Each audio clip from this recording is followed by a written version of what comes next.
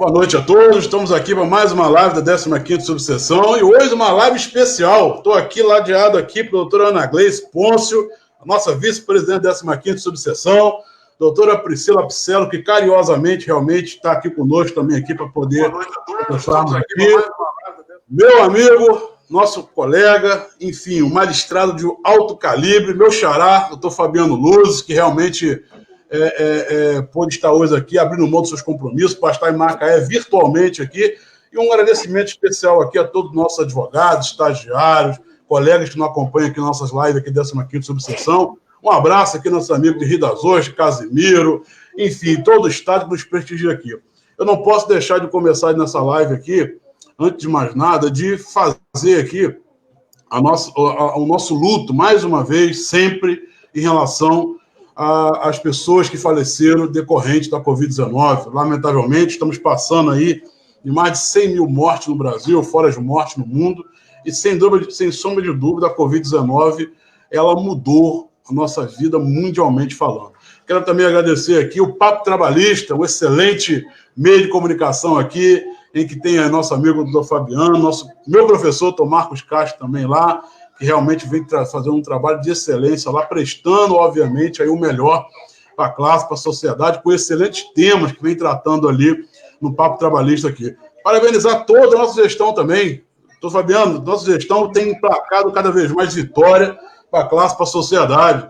E logo, logo, vamos anunciar aqui a inauguração da nova sede da Vale do Trabalho em Macaé, uma luta que começou em 2016, quando fomos recebidos ali no TRT, primeira região, ali na gestão ainda da desembargadora Ana Maria Moraes, depois doutor Jorge Zenon, e batemos a porta ali por diversas vezes para que realmente essa obra pudesse acontecer num terreno que estava desapropriado desde 2000, para que essa obra pudesse começar, e começou em 2018. A obra já está pronta, mas em função da pandemia, temos que aguardar aí, obviamente, as considerações para poder realmente começar, e uma excelente ganho, sede nova, tudo novo, e talvez aí uma outra notícia aí que está fresquinha, que deve ser anunciada aí, mas vamos aguardar em relação a esse prédio novo, que está realmente aí sendo aguardado aí há quase 20 anos. Também não podemos falar da Entrância Especial Macaé. Gente, Covid-19 também tem notícia boa. Foi aprovada a Entrância Especial de Macaé no Estado Comum, já foi implementada, estamos aí caminhando. Enfim, fruto de um trabalho compromissado aqui de todos que compõem aqui a direção da 15ª Subseção, com a abrangência dos municípios de Macaé, Conceição, Quissamã, Carapebus, por aí vai. Bom, eu vou passar aqui rapidamente a palavra aqui para a doutora Ana Gleice fazer suas considerações, a doutora Priscila, e aí já entra no tema com meu amigo, doutor Fabiano Luz, porque, doutor Fabiano Luz, o povo quer saber essa prescrição, doutor Fabiano Luz, como é que é esse negócio? Mas vamos lá, doutora Ana Gleice. Pois é, gente, boa noite aí de novo. Esse tema é interessantíssimo, né? A gente já está aqui na instituição cheio de colegas perguntando como é que vai ser isso, como é que é, porque acho que, assim, de cara, eu acho que o doutor Fabiano poderia bem rapidamente só falar um pouquinho do Instituto da Prescrição e da Decadência, que é um tema que a galera realmente se perde um pouco, né? Então, eu acho que é justamente por isso essa enxurrada de dúvida aí de como aplicar na prática essa lei. Obviamente que eu entendo que vai depender do entendimento de cada magistrado, da forma com que o colega vai abordar isso na peça, né? Porque eu trabalharia com uma forma preliminar, já trazendo essa questão para chamar a atenção, porque obviamente que se eu não fizer isso, eu posso dar para minha colega Priscila aí uma armadilha, né, para puxar minha corda, né? Enfim. Mas eu estou, assim, adorando participar desse tema, que é muito interessante, e tenho as minhas dúvidas, o meu posicionamento, as minhas dúvidas, e gostaria muito de ouvir as dúvidas do magistrado, obviamente, para eu poder fechar meu entendimento e, como colega, atribuir as minhas ações, né? Estou muito feliz de participar, assim, vou falar rapidinho, porque eu acho que vai ter muita coisa legal para ser dita aqui, e a gente está numa sexta-feira, 7h30 da noite, né? Então, vamos que vamos. Aplica ou não aplica, doutor Fabiano? Como é que é isso? Meu Deus do céu. Doutora Priscila. Bem, inicialmente eu quero agradecer o convite, né, por estar aqui, fazendo o que a gente mais gosta de fazer, na verdade, que é debater ideia, fazer... eu ia usar o termo de gladiando, mas acho que não vai ser muito adequado. Quero dizer para a doutora Ana ficar tranquila, não estou aqui para puxar corda para lado nenhum. Realmente eu estou aqui como acadêmica, como estudante, eterna estudante que sou, né, dessa nossa matéria.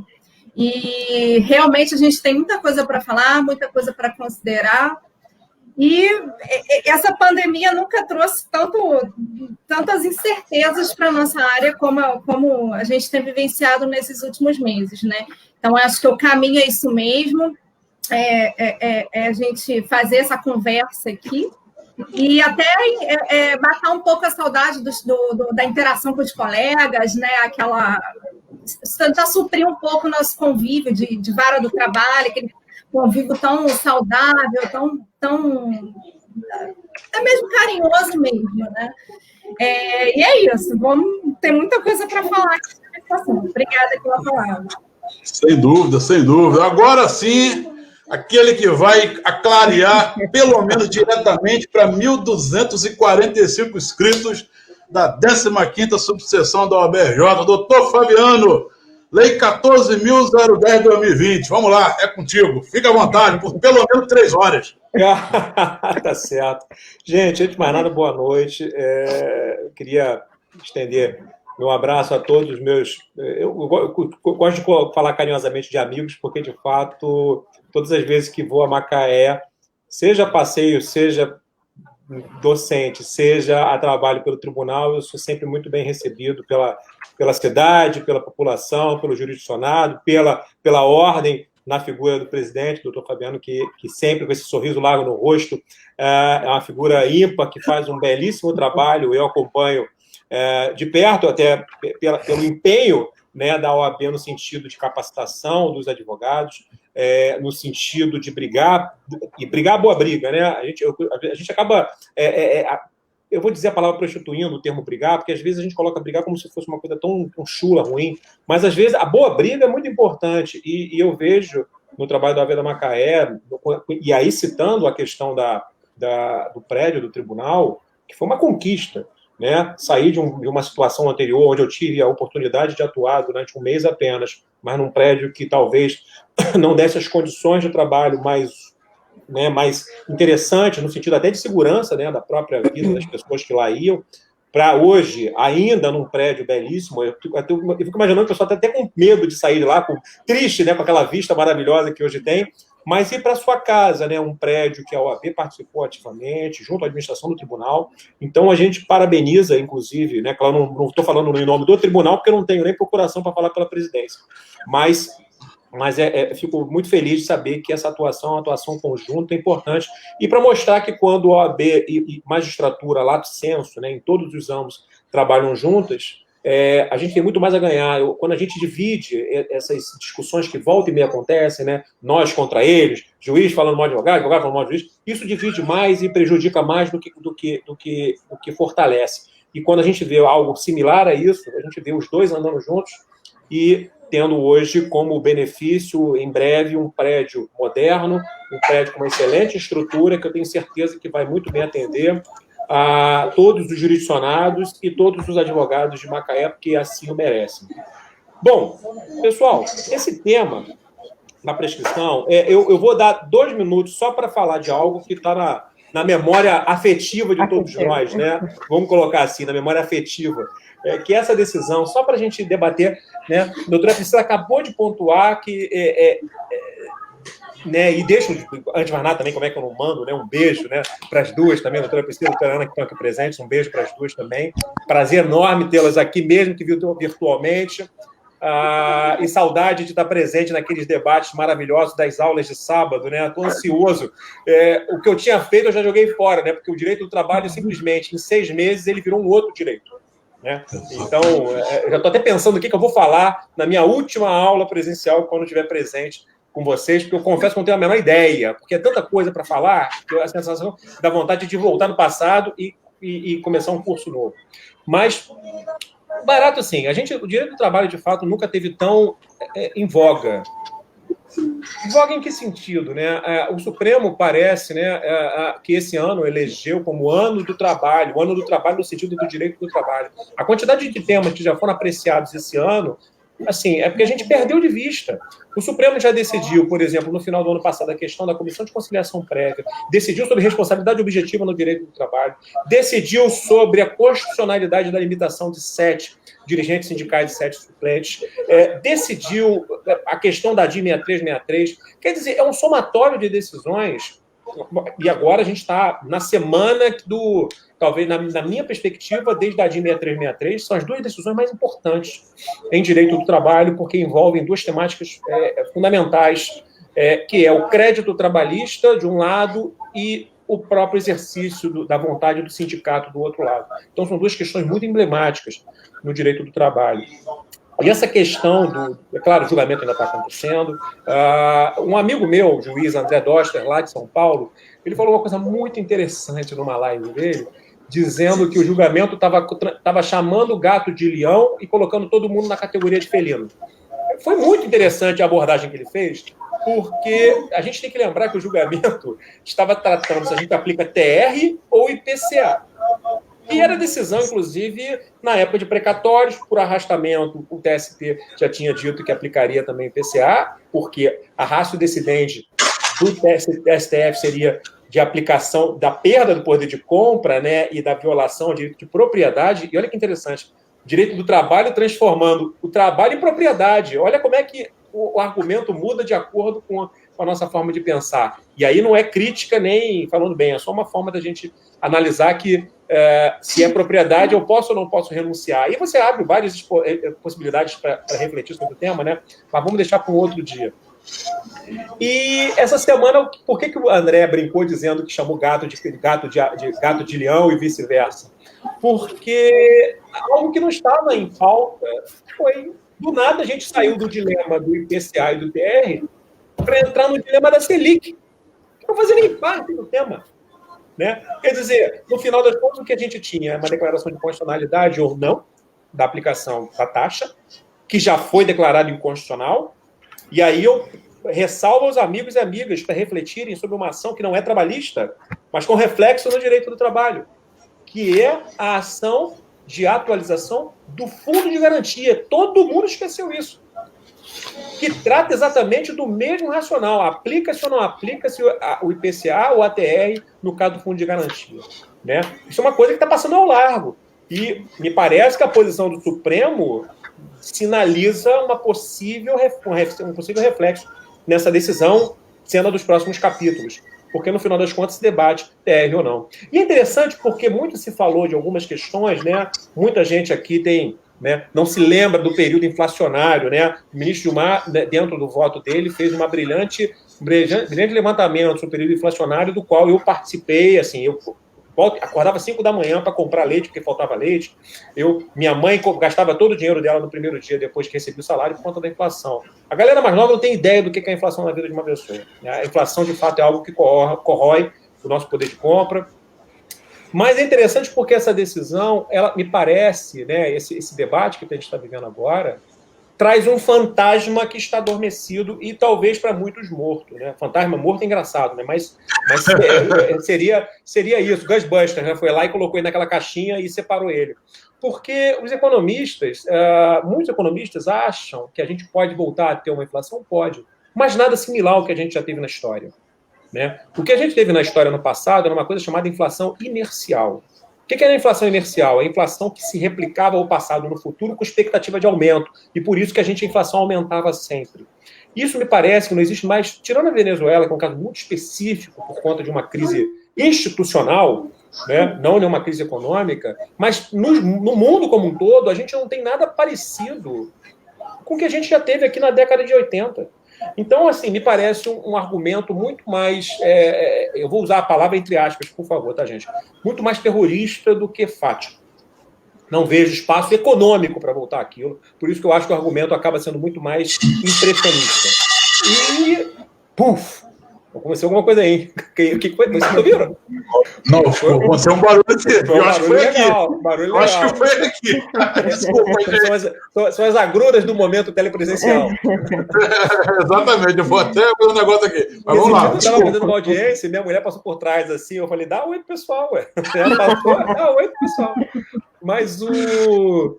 Então, quer dizer, e a gente saiu, quer dizer, de um debate sobre bloco de constitucionalidade, não bloco, um monte de debate legal, constitucional, para quem gosta, né? Mas me preocupa um pouco, sabe? Porque o caminhar da discussão está 4-4, né? E o voto, né, o ministro Dias Toffoli pediu vista entre a inconstitucionalidade com o IPCA e a inconstitucionalidade com a Selic. Não parece, não, a gente está indo para dois caminhos completamente antagônicos e, para muitos, pior, no caso da Selic, do que era com a TR, que era TR mais juros. A perspectiva trazida pelo voto do relator é a aplicação apenas e tão somente da Selic. E mais, a gente tem que lembrar, talvez muitos não saibam, a Selic já foi 45%, 60%. Para quem lembra da crise russa, da crise da Coreia, crise econômica, a Selic bateu 45%, 60%, variava nesse período. E se isso acontecer hoje? E o argumento ainda de que o trabalhador, esse argumento foi um argumento particularmente que eu fiquei incomodado, que o trabalhador vai se favorecer por ganhar mais com o valor parado. Quando a gente pega historicamente, isso é provado, inclusive, muitas empresas postergavam o pagamento porque os juros de correção eram menores do que aplicado em mercado. Então, quer dizer, acaba sendo um argumento casuístico para uma situação de estabilidade econômica. Mas esquece que durante 73 anos de história da justiça, e nos últimos 40, talvez, o empregado perdeu muito mais dentro dessa dinâmica da demora da satisfação do crédito. E agora, por uma estabilidade de 1 ano e meio, 2, que se reflete hoje na aplicação ou não da TR, a gente usa um argumento sem olhar no retrovisor do passado. Então, são essas as considerações que eu queria fazer, sem saber o que vai. Quer dizer, eu tenho um sentimento, acho que muitos têm, do que vai acontecer. Mas tem uma variável importante, hein? A inconstitucionalidade foi declarada, o ministro Celso de Mello está afastado, mas ele pode voltar. Se empatar 5-5, como é que fica?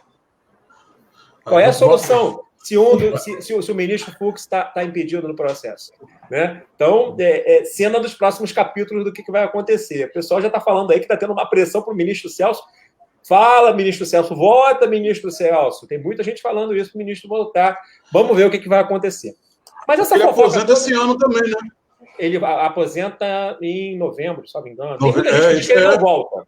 Tem muita gente que diz que ele não volta. Por isso que eu estou falando, brincando, que tem gente pressionando assim, ministro, volta e vota, porque ele não votando o voto do ministro Dias Toffoli, caminhando para um sentido de eventualmente, um ou outro, é decisório. Agora, se o ministro Celso votar diferente do ministro Dias Toffoli, fica 5-5.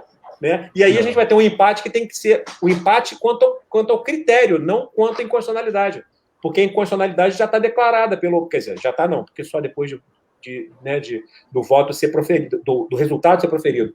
Mas hoje, os 10 ministros votaram pela inconstitucionalidade da TR. Cena dos próximos capítulos do que vai acontecer. Isso tudo para a gente esquentar aí os pandeiros para falar sobre prescrição. Gente, deixa eu só botar mais um angu nesse caroço aí. Não sei se a doutora Priscila quer falar alguma coisa, ou Ana. Mas, assim, você sabe que o colega falou em relação a essa questão aí do ano do direito de trabalho, e dentro do que foi pontuado aí, me chamou a atenção um julgamento recente também que aconteceu, que é em relação àquela multa lá do 10% de fundo de garantia, que isso retomou no julgamento agora no STF, no entendimento que aquilo dali é legal. Então, tem razão. Também foi agora recente, né? Então, assim, tem razão. Sabe aqui que a multa é 50%, o empregado 40%, né? E aí tinha aquela discussão, que ele 10%, na verdade, que já atingiu a finalidade para aquela lei lá da criação, que foi em relação ao expurgo. E essa semana julgou, semana passada, dizendo que está valendo 10% de novo. Então, realmente... Deixa eu só botar uma colher nessa conversa. É porque, para falar a verdade, ela foi revogada. Ela foi revogada, então a discussão é porque o efeito da declaração de inconstitucionalidade ele é ex-tunc, então ele voltaria no tempo. Então, para falar, assim, a interpretação é que ela sempre foi constitucional até ela ser revogada agora, recentemente, né, os 10%, que, diga-se de passagem, já havia crítica, porque ela foi instituída. É mais uma forma, gente, é interessante, porque o direito do trabalho é sempre alvo de crítica, mas ele é sempre alvo de penduricalhos. Esses 10% foram um penduricalho. Estabeleceram um imposto sobre um direito trabalhista, porque isso não, os 40% não tem natureza de imposto, tem natureza de multa.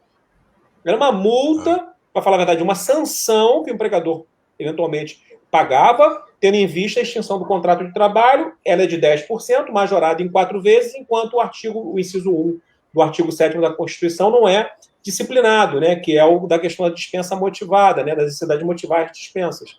Enquanto ele não é disciplinado, 4 vezes o limite de 10%, que é mínimo. E aí, o legislador, para quitar o déficit do fundo de garantia, do fundo mesmo, em virtude dos planos do passado, estabeleceu essa penalidade ao empregador, que não era o dinheiro que se retornava ao empregado. Então, quer dizer, você imputava dentro de um direito trabalhista um tributo que não tinha nada a ver, alhos com bugalhos. Né? É o Estado impondo ao empregador. Aí vem depois dizer que o direito do trabalho é que onera o empregador. Não, é o Estado que onera o empregador. É o Estado que impõe. E tem um julgamento importante parado que envolve diretamente, né? Doutora Priscila, vou citá-la nesse caso rapidamente, mas envolve a questão das dispensas motivadas por parte das empresas públicas em sociedade de economia mista. Esse é um julgamento que o ministro Alexandre de Moraes suspendeu cautelarmente todos os julgamentos nessa matéria, que é a possibilidade, por exemplo, e vamos dar nome depois, por Banco do Brasil, por exemplo, e Petrobras, de dispensarem sem necessidade de motivação, porque tem natureza diferente do Correio, e o Correio se decidiu pela necessidade a obrigatoriedade de fundamentar a sua dispensa. No caso das empresas públicas e sociedade de economia mista, por estarem amparadas na premissa do artigo 173 da Constituição, como elas estabelecem e precisam observar as regras das empresas privadas, ato contínuo, por que elas têm que motivar suas decisões se as outras não têm? Esse é um debate que vai estourar a qualquer momento e envolve, principalmente, vocês que atuam em Macaé, um processo que principalmente o Estado do Rio de Janeiro, mas Macaé, talvez, de uma forma mais direta pela importância da Petrobras na economia do município, né? Sem dúvida, sem dúvida. Deixa eu só dar uma boa noite especial aqui. Primeiro, nesse momento, nós estamos ao vivo aqui para mais de 50 pessoas. Deixa eu dar só uma boa noite aqui, ó, doutor Carlos Roberto Cordeiro, nosso delegado lá em Quissamã, doutora Adriana Borrachini também de Quissamã, doutora Elizabeth, Aline Naré, doutora Sueli, Jorge Macilo, da OAB Rio das Ostras, também nos auxiliando aqui em Macaé. Enfim, todos vocês, doutor Jair, ativista também estou vendo aqui, e todos aqueles que estão nos prestigiando aqui nessa super live, acompanhada aqui do doutor Fabiano Luz, juiz do trabalho, doutora Ana Gleice, doutora Priscila, que realmente nos prestigia cada vez mais. Doutor Fabiano, fica à vontade. Vamos lá, gente. Essa questão, você começou, né, Fabiano, falando que eu ia trazer, que eu ia iluminar. Só pelo meu nome. Pelo meu nome eu vou ter luzes, né? Luzes ilumina. Eu vou falar para você o contrário. Eu nunca tinha pensado por esse aspecto. É verdade, luzes. O bom comunicador, só me engano, é o Chacrinha que falava isso. Eu não vim para explicar, eu vim para confundir. Eu confundi, é verdade. Não me engano, Chacrinha, né? O saudoso Chacrinha que falava essa expressão. Nada se cria, tudo se copia, né? Dentre outras, né? Mas o Chacrinha falava isso, né? Falava, eu não vim para explicar, eu vim para confundir. E esse tema é interessante, porque na Lei 14.010, para mim, ela é muito clara no sentido literal. E convido aos amigos, né? O doutor Fabiano falou no começo do nosso canal, né, do Papo Trabalhista, que a gente tem no YouTube e no Instagram. E no Papo Trabalhista do YouTube, a gente tem um vídeo gravado junto com o Felipe Bernardi, juiz de trabalho, professor, autor de obras, que o Felipe dá uma aula sobre isso. Eu até, né, hoje, antes da gente conversar, eu vi de novo o vídeo, porque, de fato, é uma aula e fiz algumas anotações. É importante a gente lembrar primeiro, talvez fazendo uma distinção, né, da prescrição e da decadência. Primeiro que a decadência cai entre nós, no direito do trabalho, pouquíssimas hipóteses para sua aplicação. Apesar eu, Fabiano, achar que o prazo de 2 anos da Constituição não é prazo prescricional, ele seria prazo decadencial. Mas o nome é prescrição. Por que eu acho que é prazo decadencial e não é prescricional? Fabiano, mas é prescrição. Tá bom, vamos voltar. Na Constituição fala prescrição, na CLT fala prescrição, mas eu entendo que, tecnicamente, prescrição não é, que seria decadência. Por quê? Porque quando a gente vai aos conceitos, né, principalmente depois do Código Civil, que deixou isso muito claro, prescrição é perda da pretensão, da própria pretensão em si. E isso está, inclusive, é textual no Código Civil Isso a gente não tem mais discussão. Com relação à decadência, não. A decadência é a perda, e aí eu vou ler aqui o conceito só para a gente ver, que é a perda de um direito que não foi exercido pelo seu titular no prazo previsto em lei. E aí é amparado numa perspectiva prestativa, né? Inclusive de ordem pública e etc, etc, etc. Então, quando a gente pensa no direito do trabalho, quais são as hipóteses, excluindo essa consideração que é, assim, tem discussão sobre o tema, mas vamos esquecer o debate, vamos fingir que é prescrição mesmo, ou sendo, né, como diz a Constituição, lembrando que é um dos pouquíssimos casos, salvo engano, o único que estabelece na Constituição prazo prescricional. A Constituição, quando quis falar de prescrição, ela fala de imprescritibilidade. A trabalhista, não. A trabalhista, você tem um prazo descrito, né? E muito se critica isso, inclusive, porque isso deveria ser matéria de norma infraconstitucional. Mas está lá previsto. Muita gente diz que se não tivesse lá, talvez a coisa já tivesse ido para o sal, como diz o outro, né? Mas, e mesmo assim, tem emenda constitucional querendo mudar o prazo, né? Para 3 meses e 2 anos. Então, tem um monte de coisa acontecendo. Mas, feito isso, os prazos decadenciais na Justiça do Trabalho, a gente tem mandado de segurança, ação rescisória e o prazo do inquérito judicial para apuração de falta grave. Não tem mais nada. São os únicos 3. Então, percebam assim, me parece que isso, para fins decadenciais na Justiça do Trabalho, o assunto ganha pouca relevância prática. Prescrição, não. Prescrição, a gente já sai para algo que tem pouca relevância para algo que tem muita relevância. Talvez hoje seja o cerne, porque tudo que está acontecendo na pandemia é direito do trabalho. E aí, quando a gente gravou esse vídeo, a lei ainda não existia. Era o projeto de lei 1179 de 2020, que era da relatoria do senador Antônio Anastasia. E é interessante, por quê? Porque quando a gente vai à redação da lei, e só para a gente pontuar, obviamente que cadê ela? Está aqui. A lei diz o seguinte, prescrição e decadência. Artigo 3º. O prazo... minto, deixa eu só voltar no começo. A cabeça, a explicação, dispõe sobre o regime jurídico emergencial e transitório das relações jurídicas do período de pandemia. Relações jurídicas, pessoal, trabalhista, ao que me consta, é uma relação jurídica, né? E quando a gente vai observando o conteúdo, né, que trata, né, essa lei institui para a regulamentação das relações jurídicas, aí nós vamos para o parágrafo 3º. Os prazos prescricionais consideram-se impedidos ou suspensos, que são institutos diferentes, conforme o caso, a partir da entrada em vigor desta lei, até 30 de outubro de 2020. Então, nós já temos um período que a lei estabelece, que me parece o grande cerne do debate. Primeiro, essa lei, quando ela entrou? Aí a gente vai lá para baixo. Essa lei entra em vigor na data da sua publicação, que foi 10 de junho.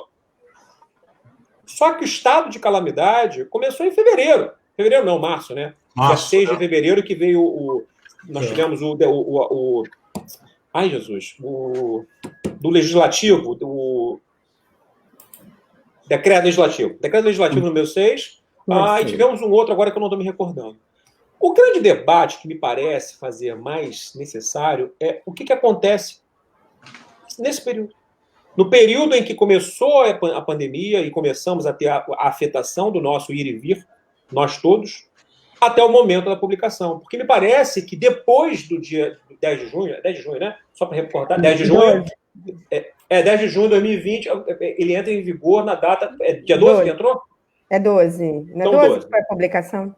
A publicação foi 12? Foi 12. A lei é datada de 10 de junho, a publicação foi isso, 12. Então pronto, 12 então. Então 12 foi quando ela foi publicada. Então, a partir do dia 12 de junho, me parece que não há espaço para discussão mais, porque a própria lei diz isso. Claro que eu estou aqui para ouvir, de repente, argumentos em sentido contrário. Mas, claro, estou sempre disposto a ouvir. Até porque antes de eu falar com o Felipe, eu tinha um posicionamento diferente do que eu vou falar aqui agora, tá? E aí a gente volta um pouquinho sobre o que é, antes de dizer como eu penso. Qual é o objetivo do Instituto da Prescrição? A prescrição, quando criado o Instituto, né, e aí a gente vai lá para os primórdios lá, direito romano e um pouco mais. O objetivo do Instituto da Prescrição é combater a inércia. Combater a inércia, não ficar parado sem fazer nada. Essa é a lógica da prescrição. O objetivo da prescrição é trazer uma sanção àquele que pode regularmente exercer o seu direito e não faz. Aí eu estou indo na lógica civilista, efetivamente, do Instituto, que ele é um instituto eminentemente civilista, obviamente, mas com desdobramento em várias outras possibilidades, e é o que aconteceu, obviamente, no decorrer da história, da evolução da história. É claro que eu não posso perder de vista que, por mais que ele seja um instituto de direito material, ele tem um entroncamento com a lógica processual. Porque o exercício desse direito potestativo é através, em sede, ou de cobrança, obviamente, junto ao seu empregador, ato de vontade das partes, sem o judiciário intervir, ou através de provocação pelo Poder Judiciário, através de uma demanda judicial. E aí eu tenho processo. Então, eu tenho eles imbricados, processo e matéria. Então, isso é muito importante a gente pontuar num primeiro momento.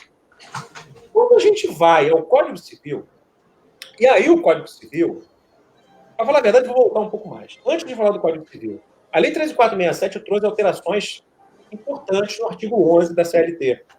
E até hoje se debate se a gente vai fazer isso que eu vou falar aqui agora, usar o Código Civil para fins supletivos. Por quê? Porque hoje, quando a gente vai à CLT, no artigo 11, e deixa eu ler ele aqui, olha só, no artigo 11 hoje, o que ele diz? A pretensão quanto aos créditos,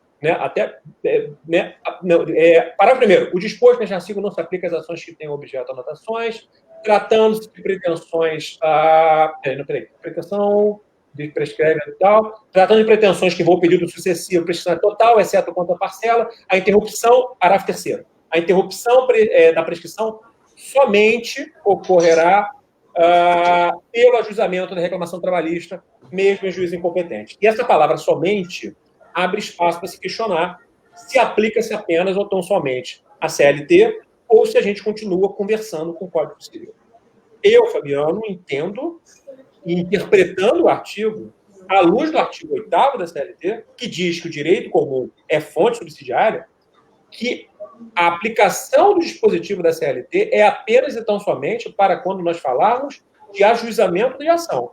Aí, nesse caso, eu não vou aplicar o conteúdo do Código Civil que fala do ajuizamento da ação, porque tem regra própria. Aí, eu vou continuar aplicando todas as demais hipóteses. Protesto interruptivo, por exemplo. É como eu entendo, mas isso ainda tem debate, tá, pessoal? Isso aí, não estou dizendo que eu estou certo, longe de falar. Quem me conhece sabe que eu nunca digo que eu estou certo. Estou dizendo como eu penso, tá? Então, diz lá, a interrupção do artigo 202, o despacho do juiz mesmo incompetente, se interessado a promover no prazo da forma da lei processual, por protesto nas condições do inciso antecedente e outras hipóteses. Esses dois são os debates fundamentais que a gente traz, então ainda se discute se aplica ou não aqui no antecedente. Caminhando um pouco mais, então, pessoal, então, feito esse primeiro debate se aplica ou não, eu já disse que eu entendo que aplica, mas ainda tem debate quanto a isso. Quando a gente vai ao artigo do Código Civil, se eu entendo que ele é aplicável, eu tenho que lê-lo. E aí a gente tem hipóteses de impedimento e de suspensão. Impedimento é o ato que nem a prescrição não começou e nem vai começar. A suspensão, a prescrição já começou e eu tenho um incidente que acontece no meio dele que, estaciona a prescrição. Só para quem não se recorda das distinções, está lá, artigo 197, 198, 200, 201. Vou mostrar no Código Civil, os colegas depois dão uma olhadinha só para tirar dúvida quanto à lei. E aí vem o grande X da questão, né? Feitas todas essas considerações. Mas, Fabiano, se a lei vem dizendo as hipóteses, eu estou restrito a elas. E aí percebam, porque essa hipótese que nós estamos falando entre o início da pandemia e o dia 12 de junho, não está aqui. E aí é o nosso bate-papo. Só para contextualizar a galera do que a gente está falando. E aí a gente tem que conversar, e escreve sobre esse assunto. Não é o Fabiano? E quando você vai, o Felipe Bernardi cita isso nesse vídeo que a gente fez no YouTube, ele cita dois autores que dispensam a apresentação, o professor Caio Mário e o professor Gustavo Tepedinho. Quando a gente vai às lições deles, o que é que eles dizem? Eles dizem que a regra é sim o rol taxativo. E agora? Só que uma ressalva feita pelos dois. com as quais, diga-se de passagem, o Pontes de Miranda lá atrás não concordava. Pontes de Miranda concordaria mais com a visão de que se aplica estritamente isso que a gente está falando. Está na lei, tá, a prescrição de ordem pública, não se aplica nada diferente disso. Temos uma história dependendo do seu Caio Mário, indicam o seguinte, que por mais que as hipóteses sejam efetivamente, né, elencadas, eu não posso fechar aos olhos as hipóteses que nós queremos fazer uso, eventualmente, do Poder Judiciário e não podemos fazer por fatos de terceiros. Por exemplo, Justiça do Trabalho. Será que a gente tem alguma previsão nesse sentido? Porque a regra é 2 anos depois do fim do contrato, 5 anos para trás. Legal. Quando a gente vai ao J375, ela joga fora isso. Ela vem dizendo que você tem uma causa quase que suspensiva ou impeditiva da prescrição, que vem dizendo lá na OJ375. Para quem não se lembra, o que diz a OJ375?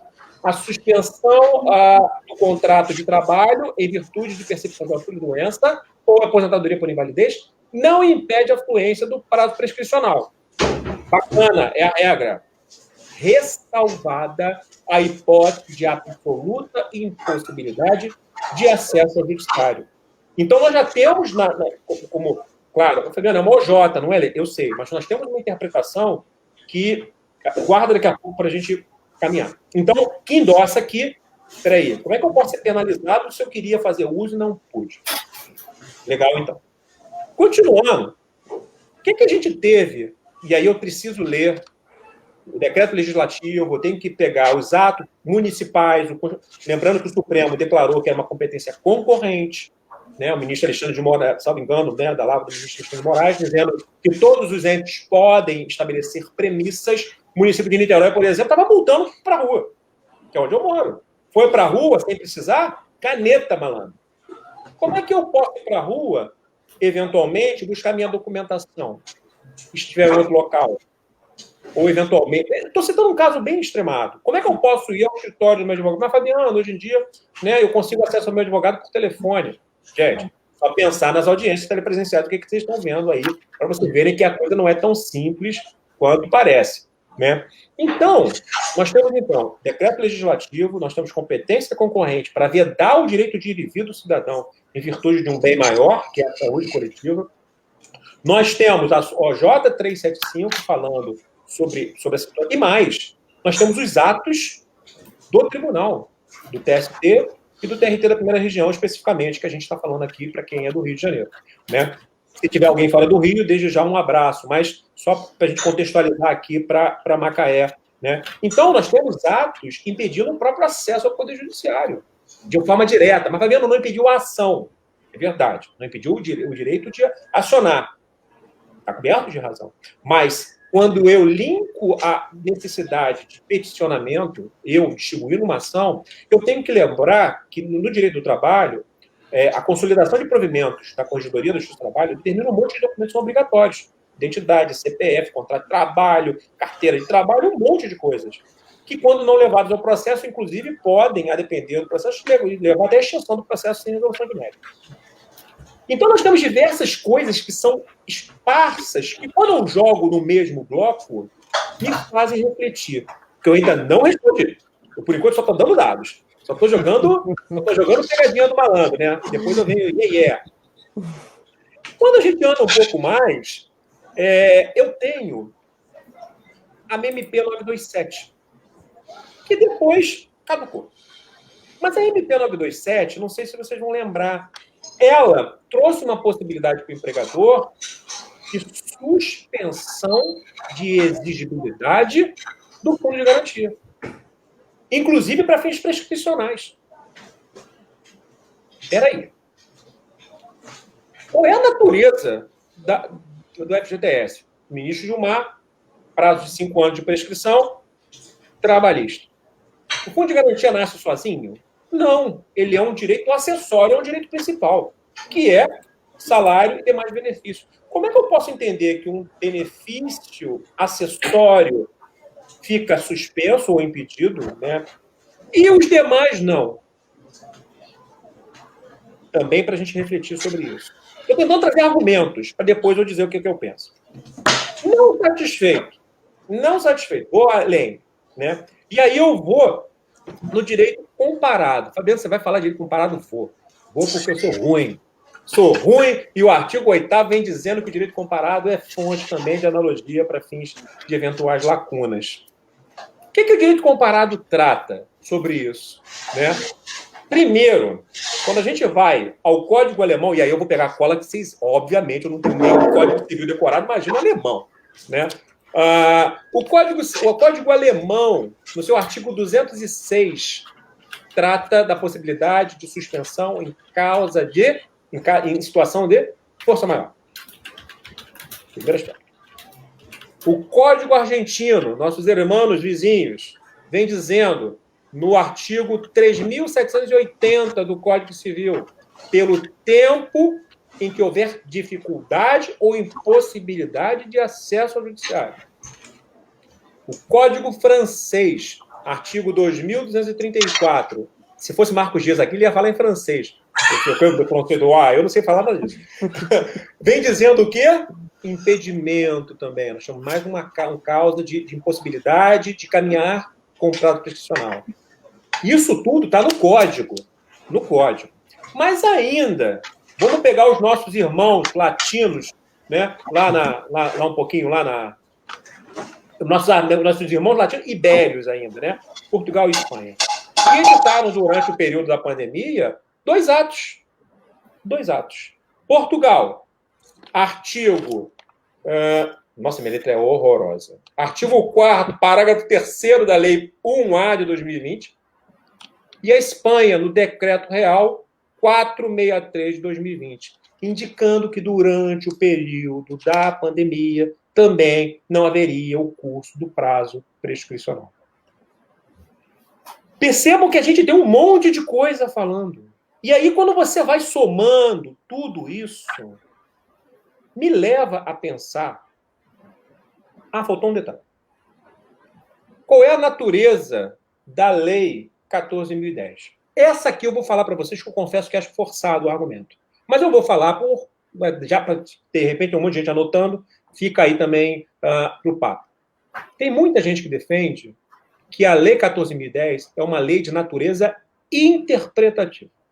Dizendo, por mais que ela tenha fixado um prazo, eu, Fabiano, acho isso muito forçado, mas eu não concordo com esse argumento, mas estou explicando porque talvez alguém concorde com ele. Como ela tem natureza interpretativa, ela visou interpretar que durante o período em questão você não teria o curso da prescrição nos termos do próprio conteúdo da Lei 14.010, ou seja, não haveria o impedimento ou suspensão do caminhar da prescrição nesse período.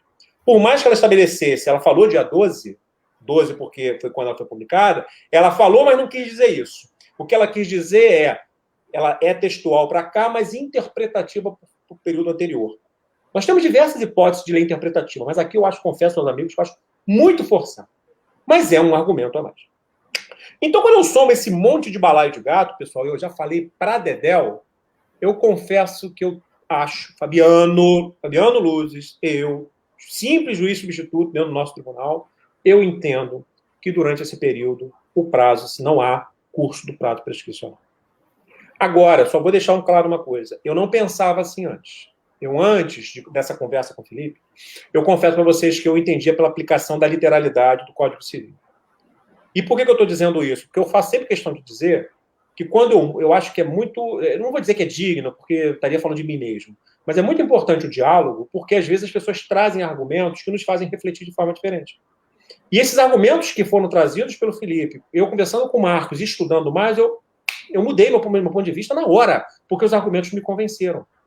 Eu estava decidido que não havia suspensão da prescrição. E depois, lendo isso tudo, entendendo a lógica do Instituto da Prescrição, a perspectiva da inércia, o caos social, o impedimento de deslocamento, e mais o direito comparado, isso tudo nessa ladainha que eu falei aqui para vocês, eu confesso aos amigos e amigas que estou mais do que convencido, até hoje, talvez alguém possa trazer um outro argumento, de que efetivamente a gente não tem o curso do prazo prescricional durante esse período, e não apenas durante esse período, para falar a verdade, eu vou além.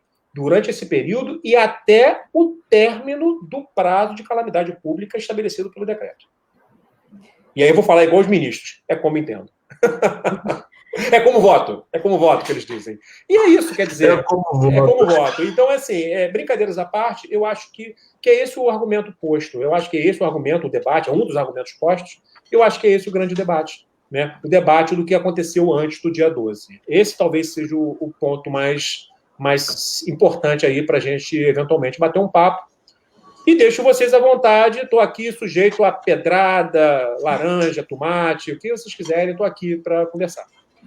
Bom, antes de mais nada, deixa eu dar uma outra boa noite aqui. A doutora Aline Nares, ela fez uma observação aqui. Opa! O nosso amigo Leonardo também está mandando uma boa noite aqui.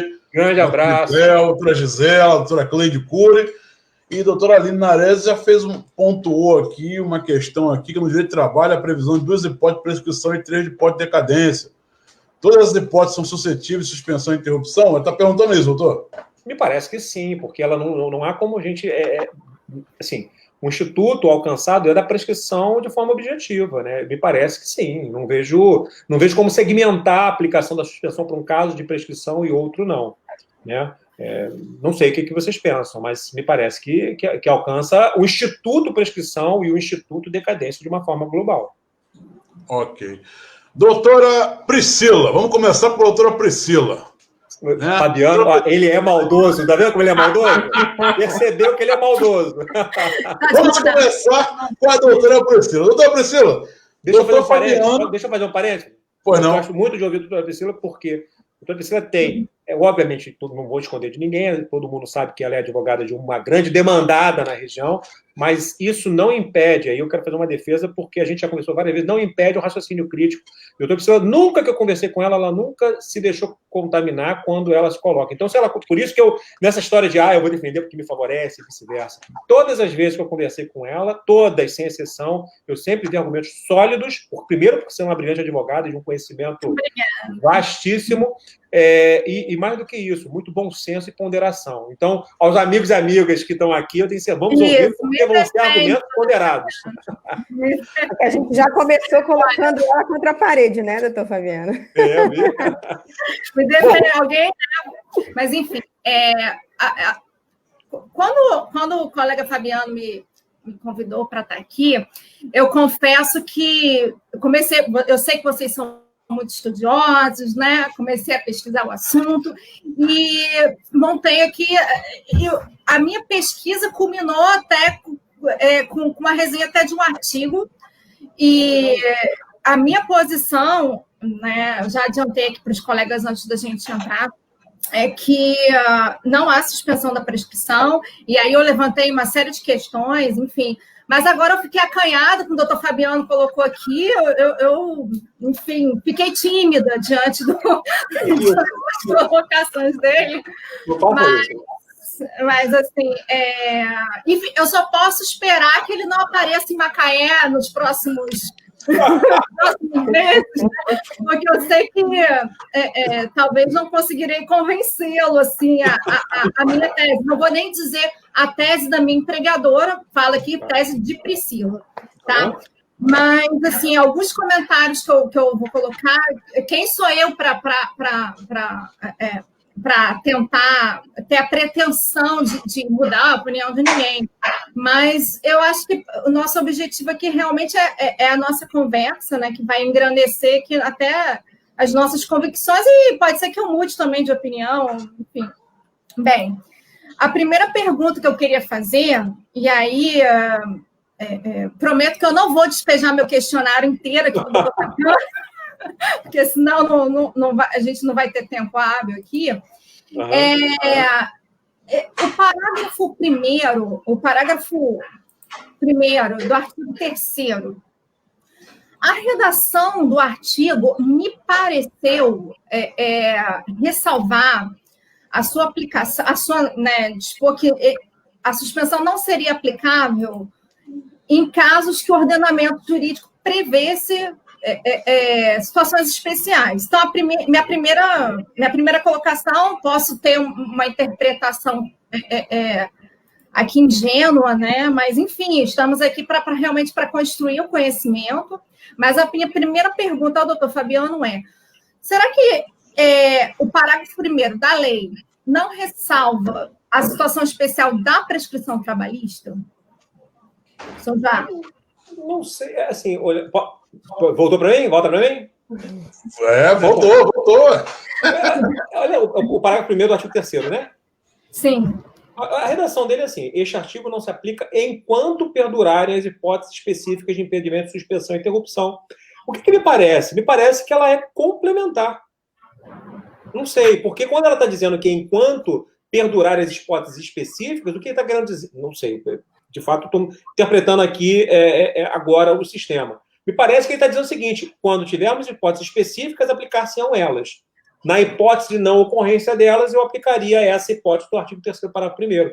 Porque, como ele diz que é enquanto não se aplica, eu acho que se ele quisesse excluir e colocar não se aplica, ele não botaria o enquanto, ele botaria não se aplica nas hipóteses específicas, não sei.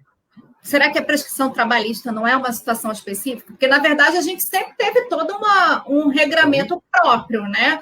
As pessoas criticam muito a reforma trabalhista no parágrafo 3º do artigo 11, se esquecendo, às vezes, que ela somente codificou o entendimento jurisprudencial que estava codificado até então, né? A súmula 268 do TST. Sim. Então, a primeira questão que eu acho que seria cabível aí, será que não era uma hipótese específica, a prescrição trabalhista? Será que ela não estaria falando assim, olha, como regra geral, vou suspender relações privadas, ok, mas ressalvo que há situações especiais dentro do Entendi. Me parece que o objetivo dela, assim, a gente pensando no nosso caso, né? No nosso caso específico da CLT no parágrafo 3º, eu só acho que a única diferença que eu penso é que a maldade do parágrafo 3º é que ele mudou o entendimento do TST com relação lá àquele somente. Tem aquele somente lá que ele é uma casca de banana quando a gente passa por cima dele. Sempre foi somente, né? Pelo menos assim, na minha experiência, eu raramente vi situações que o protesto, o banco faz muito protesto. Não, com exceção de protesto, é verdade. Agora, protesto, né? A gente pensando naquelas outras causas genéricas de interrupção, né? Assim, eu não talvez a minha vivência não seja tão grande assim, mas assim, eu nunca vi. Fora o protesto, como o senhor bem colocou. Porque nos outros casos do Código Civil, de fato, assim, até a doutrina majoritária vem dizendo que os outros casos, protesto cambial, a gente não aplica, apesar de eu ter ressalvas que eu acho que deveria aplicar, porque eu entendo que a gente tem competência para execução de título cambial, mas isso é um papo longo, deixa para lá.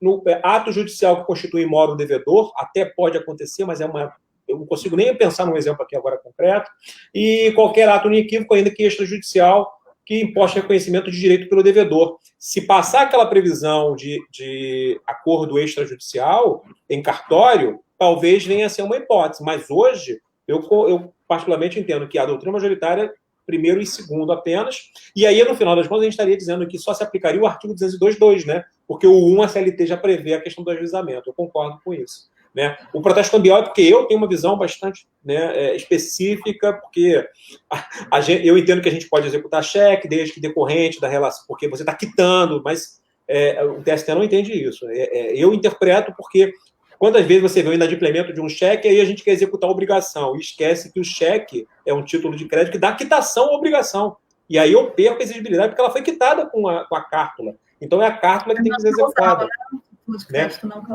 Eu questiono um pouco meus colegas dizendo o seguinte: peraí, você está esquecendo que o direito empresarial tem um regramento específico, uma principologia, né? Mas é papo para outra hora, né? Isso daqui aí eu vou muito além. Senão a gente, assim, se deixar, você já me conhece, sabe que a gente fica aí o dia inteiro conversando. Mas esse papo está muito interessante mesmo. Não, porque uma coisa puxa a outra, né? Não tem jeito.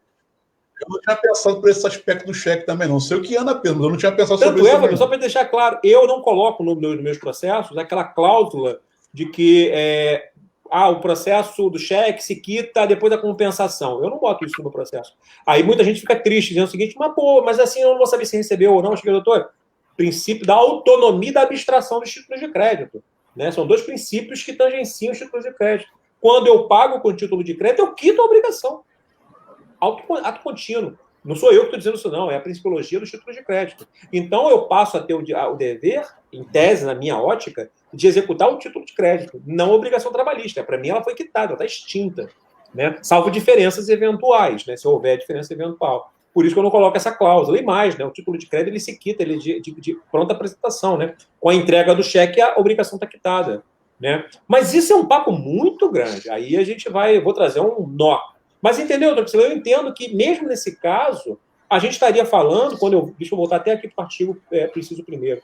Eu entendo que ele é complementar. Eu tenho uma dificuldade de dizer que ele exclui, exatamente pelo fato de dizer que, enquanto perdurarem as hipóteses específicas, e como a nossa hipótese específica é apenas e tão somente ajuizamento de outra ação, quer dizer, eu confesso que continuo entendendo, e eu não vi, quando na época eu cheguei a dar uma lida na explicação, na justificativa desse projeto de lei, tá? E eu confesso, posso estar equivocado, tá, gente? Não estou afirmando que é isso, mas, salvo engano, na própria disposição que justifica o projeto de lei, se fala especificamente de direito do trabalho. Mas vale a pena dar uma olhadinha nela.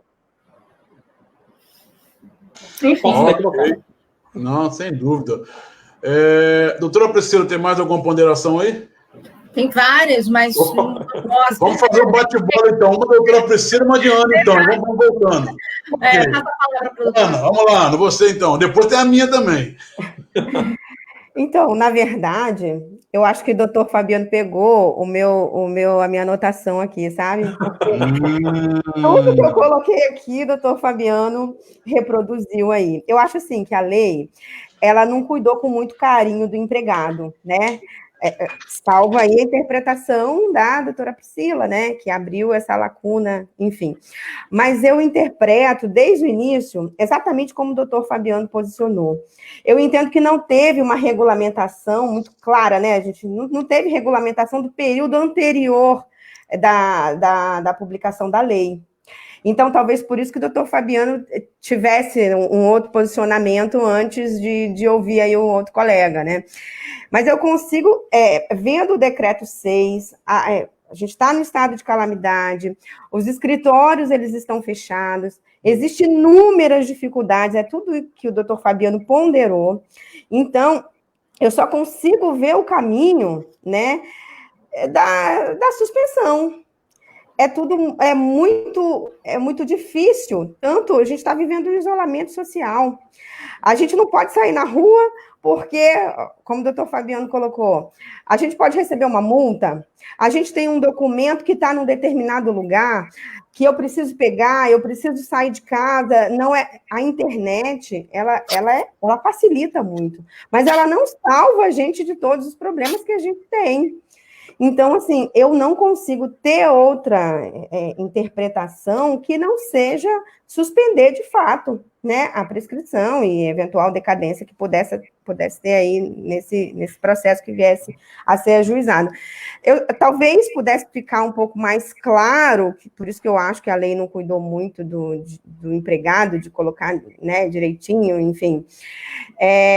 Talvez até porque foi um negócio muito rápido, que precisava, né, ser colocado rápido e para a rua rápido, mas eu não consigo ver um outro caminho, um outro entendimento que não seja esse também do doutor Fabiano, né?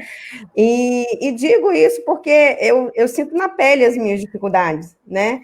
E sinto na pele as dificuldades que eu encontro com os meus clientes. Então, assim, como eu coloquei lá no início, que eu já abri o meu posicionamento desde o início, a única coisa que eu entendo que tem que haver é um argumento daquele advogado, né, numa forma preliminar, porque pode ser que aquele empregado tenha sido dispensado nesse período aí que a lei não regulamentou, enfim, anterior à data da publicação, para formar um convencimento daquele julgador. Né? Então, acho que tem que haver uma preliminar, ponderando isso tudo, trazendo a questão do estado de calamidade pública, da dificuldade que está todo mundo enfrentando, né? E colocando isso para aquele julgador poder analisar, porque pode ter um julgador que pense diferente, né? Então, a gente tem que defender o nosso posicionamento já de cara. né? Então, como eu já abri desde o início meu posicionamento, eu não tenho muita dúvida, porque eu estou acompanhando o relator, né? Eu tenho muita dúvida, eu não consigo visualizar um outro caminho que não seja a suspensão aí, exatamente enquanto durar também, ainda que seja depois do dia 30 de outubro, que é o prazo aí, término, eu não consigo ver uma outra realidade que não seja da suspensão, de fato. E olha que, como eu falei no início, eu estou aqui no estado híbrido, porque eu defendo tanto empregador quanto empregado, né? Quanto deve ser difícil para a Ana falar isso, hein? É muito difícil, porque eu tenho ações que eu vou precisar defender e vou usar aí o caminho da doutora Priscila. Me permite, doutora? Me permite fazer um adendo? O doutor Fabiano falou. Vou fazer um adendo. Vou fazer um adendo até pegando o que a doutora Priscila colocou, porque quando a gente vai na ementa, aí foi a explicação da ementa final, tá? Eu acabei de entrar aqui no PL 1179. Ele, para falar a verdade, ele diz agora, pelo menos da redação que está aqui descrito, institui normas transitórias para a regulação das relações jurídicas durante a pandemia do coronavírus, relativas à prescrição de decadência, resolução e revisão de contratos, lato sensu, tá? Relação de consumo em caso de serviço adquirido por delivery, locações de imóveis urbanos, contratos agrários, uso capião, condomínios, edilícios, sociedades, regime concorrencial, família e sucessões. É isso que está a explicação. Se eu entendo que o direito do trabalho, cada dia que passa, se aproxima mais do direito civil, me parece que ele estaria dentro de, eventualmente, da questão de contratos. Mas, de novo, assim, é um espaço de debate. Né? E a única coisa, só para pegar o seu gancho, que senão eu vou esquecer. Eu acho que a função do advogado, gente, ela é de um cuidado tão importante, porque esse é um direito que, se não for externado no primeiro momento como uma preliminar, ou eventualmente como eu vou falar até uma coisa interessante, uma preliminar de prescrição suscitada pelo autor, que é uma coisa que cai entre nós, né? Normalmente falaria isso em réplica, mas caso o outro lado alegasse. Mas, porque quanto mais explícito for, inclusive raciocínio, e são muitos argumentos, primeiro que eu obrigo o juiz, né, o Estado juiz, a se manifestar sobre os argumentos, seja num lado, seja no outro, até porque, como é prejudicial e de mérito,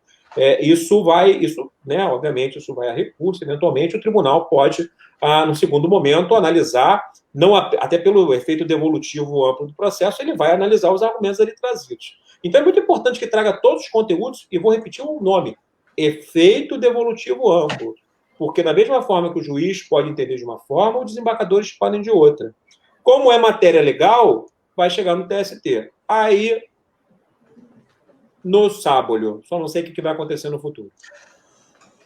Só para fazer o adendo do que a doutora Ana colocou, que eu acho que é fundamental, e trazer esse argumento mais assim para a doutora Priscila, porque, de fato, assim, abre espaço para essa... Eu não tenho dúvida, tá, pessoal? E mais, eu vou dizer até uma coisa que muitos podem não gostar. Eu acho até que a maioria vai entender, não pela aplicação do direito do trabalho, mas pela limitação ao tempo, tá? Eu acho que vai ser a maioria entendendo dessa forma. Mas, novamente, vocês saberem argumentar é fundamental para explicitar isso nas petições, né? Sem dúvida, sem dúvida. Eu tô vendo, me dá um segundo, vou comentar sozinho em casa, vocês não acreditam. Interfone tocando. Dá um segundo. Já volto. Rapidinho. Sem problema. Bom, enquanto o meu amigo doutor Fabiano volta, deixa eu dar uma boa noite aqui também, ó. Chegou aqui a doutora Joseline, mandando um abraço aqui, dizendo que só tem gente top nessa bancada. Doutora Joseline, recebemos aqui o elogio e parabenizando também a colega aí pelas lives que estão sendo realizadas. Doutora Andréa Gonçalves, mandando um abraço aqui para a doutora Ana Gleice, tá? Também botou até uma figurinha aqui, não sei que bonequinho seria esse, mas enfim, mandou um bonequinho aqui. Doutor Leonardo, dizendo aqui, ó, parabéns, doutora Priscila. Doutor Leonardo aqui, receba o nosso abraço também aqui. Doutor André Santos, mandando um abraço também aqui. Doutora Aline voltou com uma outra pergunta, para o doutor Fabiano voltar, vou passar para ele aqui, está pontuando aqui sobre a exceção do artigo 208. Deixa o doutor Fabiano voltar para ele responder essa questão aqui. Bom, voltando aqui então, doutor Fabiano, aí eu não sei se a Ana fechou a pergunta dela, agora está na minha vez de fazer a minha pergunta também. Né? Depois que a doutora Priscila fez, a doutora Ana, agora é a minha vez para ver se eu consigo fazer uma pergunta aí dentro desse posicionamento do doutor Fabiano.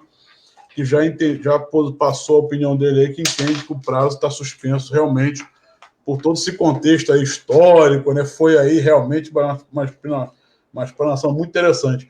Ó, o doutor Diego Moraes, dando um abraço também aqui para a gente aqui, ó. Doutor Diego Moraes é o presidente da OAB Iguaba. Doutor Diego, boa noite, parabéns aqui pelo colega, pelo trabalho desenvolvido aí. E estamos aqui numa excelente live aqui com o juiz, doutor Fabiano Luzes, tratando aqui sobre a aplicabilidade ou não da prescrição de decadência à luz da Lei 14.010 na Justiça do Trabalho. Bom, doutora Priscila, eu vou fazer aquela pergunta que nós conversamos anteriormente. Eu vou arriscar ver o que vai dar. Qual? Se a Petrobras jogar RMNR? Não. Em relação à prescrição mesmo. Eu vou ter que fazer essa pergunta porque realmente eu estou com receio de encontrar uma certa advogada aí do outro lado. Então, eu vou ter que perguntar isso hoje para poder evitar aquele probleminha depois. Aliás, ó, tem aqui um parabéns especial para a doutora Priscila. Olha aqui, ó, que coisa. A doutora Vera Apicelo. Ah, gente, é minha mãe. É sua mãe. Quer falar alguma coisa para ela aí? Fica à vontade, doutora Priscila. Obrigada, mãe. Você sempre me apoiando em tudo, né? As mínimas coisas. Falei para minha mãe que eu ia participar aqui e ela entra, dá audiência dela, né? E a gente não chega a lugar nenhum se alguém não investir na gente, não abraçar a gente, né? Dizer que eu amo muito ela. Muito obrigada, porque ela me apoia nos mínimos detalhes, gente. É impressionante. Obrigada. Sem dúvida. Acho que eu tenho certeza que o apoio familiar, né, é muito importante para os nossos objetivos. E, dona Vera Apicelo, parabéns pela filha que tem. Eu conheço a colega Priscila já de muito tempo, né, de longas datas ali naqueles corredores da Justiça do Trabalho, na Imbetiba ainda, né? E sempre foi essa pessoa que independentemente de qualquer coisa. Então, está muito bem de filha e ela está muito bem de mãe em relação a isso. Doutor Ana Grace, quando meu amigo doutor Fabiano volta, já estou preparando aqui a pergunta para ele aqui, quer pontuar alguma coisa? Não, na verdade, eu não quis nem perguntar, né? Eu acompanho todo o posicionamento dele, foi todo o meu rascunho, foi transcrito. Desculpa, pessoal, minha mãe e meu padrinho acabaram de chegar, por isso eu fui abrir a porta, perdão. Não. Então, hoje está sendo a noite das mães, porque acabou de mandar um abraço à doutora Priscila, que a mãe dela também aqui, ó, doutora Vera Apicelo. Beijo. Isso aqui, ó, parabéns, filhinha, beijo da mamãe, olha isso, hein? Um beijo, dona Vera, parabéns pela filha. Bom, doutor Fabiano, agora é minha vez de fazer a pergunta. A doutora Priscila fez, doutora Ana, agora eu depois passo para a doutora Priscila e vamos fazendo esse rodízio aqui. Bom, primeiramente eu quero falar... Oi. Não muda de posicionamento. Não, eu vou... aliás, eu quero dizer... Não muda agora, porque doutor Fabiano... Não, eu vou ter que fazer essa pergunta. Aliás, doutor, eu quero deixar claro que estávamos conversando aqui antes da live, eu e a doutora Priscila, e ela mudou de posicionamento. Então eu vou ter que fazer a pergunta que ela teria que fazer. Mas tudo bem, eu assumo essa. Bom, primeiro eu quero fazer uma crítica aqui à Lei 14.010, de 2020, fazendo aqui um paralelo à ação declaratória, ou melhor, ação de declaratória de paternidade. Uhum. A sentença, na verdade, é interessante, né? Vou fazer um paralelo na ação de família em relação a isso aqui. Mas, enfim, a ação declaratória de paternidade, ela declara que, obviamente, ali o pai é o genitor daquela pessoa, mas ele é pai desde a concepção e não da sentença. Uhum.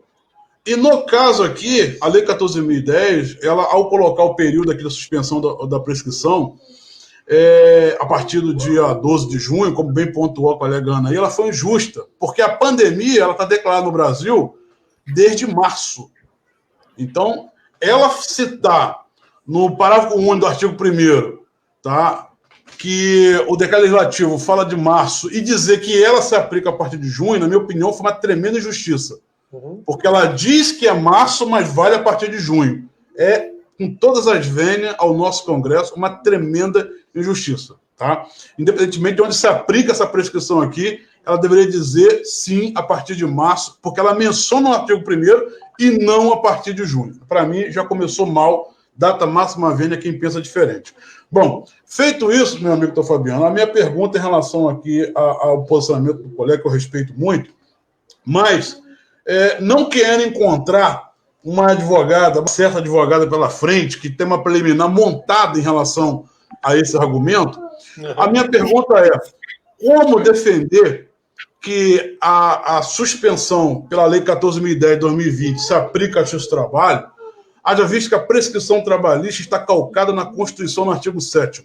Ou seja, a lei ordinária vai mudar a Constituição, que é a Carta Magna? Essa seria a minha pergunta para o colega, à luz do seu explanamento, da sua explanação linda. Diga-se de passagem, linda. Mas eu quero saber como uma lei ordinária vai aplicar uma norma em relação à Constituição. Essa é uma pergunta boa, mas eu entendo. E aí, o que acontece? E aí vamos voltar aos problemas e as benesses, né? Se a gente pensar que o artigo 7º caput vem dizendo, e aí eu vou pela perspectiva do princípio da progressão de direito da norma mais benéfica. Se o artigo 7º vem dizendo que se aplicam, né, dentro da progressividade, e é o caput do artigo 7º, a interpretação da lei, e vou até fazer mais, a lei, a legislação, a pirâmide interpretativa de fontes de direito no direito do trabalho, ela tem a Constituição como baliza mínima, não como baliza máxima. Então, quando a gente pega a Lei 14.010 e agrega ao artigo 7º da Constituição, ela está, entre aspas, aumentando o prazo. Ela não está sendo prejudicial ao trabalhador, está sendo favorável ao trabalhador. Por isso que me parece que ela não limita a Constituição, ela amplia o objetivo do caput do artigo 7º. Percebe, Fabiano? Então, eu acho e aí eu acho que a sua pergunta, a sua reflexão é fantástica, porque você está refletindo efetivamente, como é que a lei vai normatizar algo que está descrito na Constituição? E aí a minha resposta é: se a convenção coletiva pode, imagina a lei. Você percebe? Entendi. Não, interessante, porque já há colegas defendendo que, como a prescrição está lá no artigo 7º, se não me falha a memória, inciso 29, número de cabeça agora, a legislação não poderia fazer isso, porque quando o legislador ele quer efetivamente fazer um direito trabalhista e que está calcado na Constituição, ele faz muito bem. Vamos voltar no tempo aqui, por exemplo, em relação lá ao empregado doméstico, que sempre aquela discussão, né, se era ou não. E aí, quando ele quis dizer que o empregado também passaria a ter os direitos, ele foi lá na Constituição e mexeu. Mas é que a Constituição vedava antes, né? Ela vedava a aplicação do doméstico. Aqui não. Aqui, quando a gente vai ao artigo 7º, só para... eu insisto, não estou lembrando de cabeça ele vem dizendo, são direitos trabalhistas, além de outros que visem a melhoria das suas condições. É o caput do artigo 7º. E aí, quando a gente vai à prescrição, eu vou dar um exemplo simples. Vou dar um exemplo mais simples. Se uma norma coletiva prevê que o adicional de horas extras, por exemplo, de 60%, eu vou aplicar a convenção coletiva ou a Constituição que diz 50%? A convenção coletiva, na minha opinião. Não sei da outra onda, né? Assim, se a própria convenção pode fazer isso, como é que a lei não pode? De novo, eu não estou fazendo isso para prejudicar. Estou fazendo isso para favorecer. Eu não, legislador, né? Fazendo isso para favorecer. Por isso que eu entendo que não há nenhum obstáculo. A Constituição estabeleceu um parâmetro mínimo de tutela e a gente está vindo com outro para... Olha só, isso aqui está garantido e esse período aqui, ele vai se agregar a esse para garantir mais ainda em virtude da sua não possibilidade de locomoção. Tudo bem que eu acho que o conteúdo da DIN 6363, falando sobre interpretações de estado de exceção, abriu uma válvula de escape para um monte de coisa, né? Inclusive para interpretar prejudicialmente ao trabalhador, como foi o caso de limitar a atuação do sindicato na tratativa de acordos, né? Mas para suspensão de contratos ou redução de jornada. Mas, assim, de novo, foi uma interpretação que eu não posso pegar ela e interpretar para todos os demais. Ela foi casuística.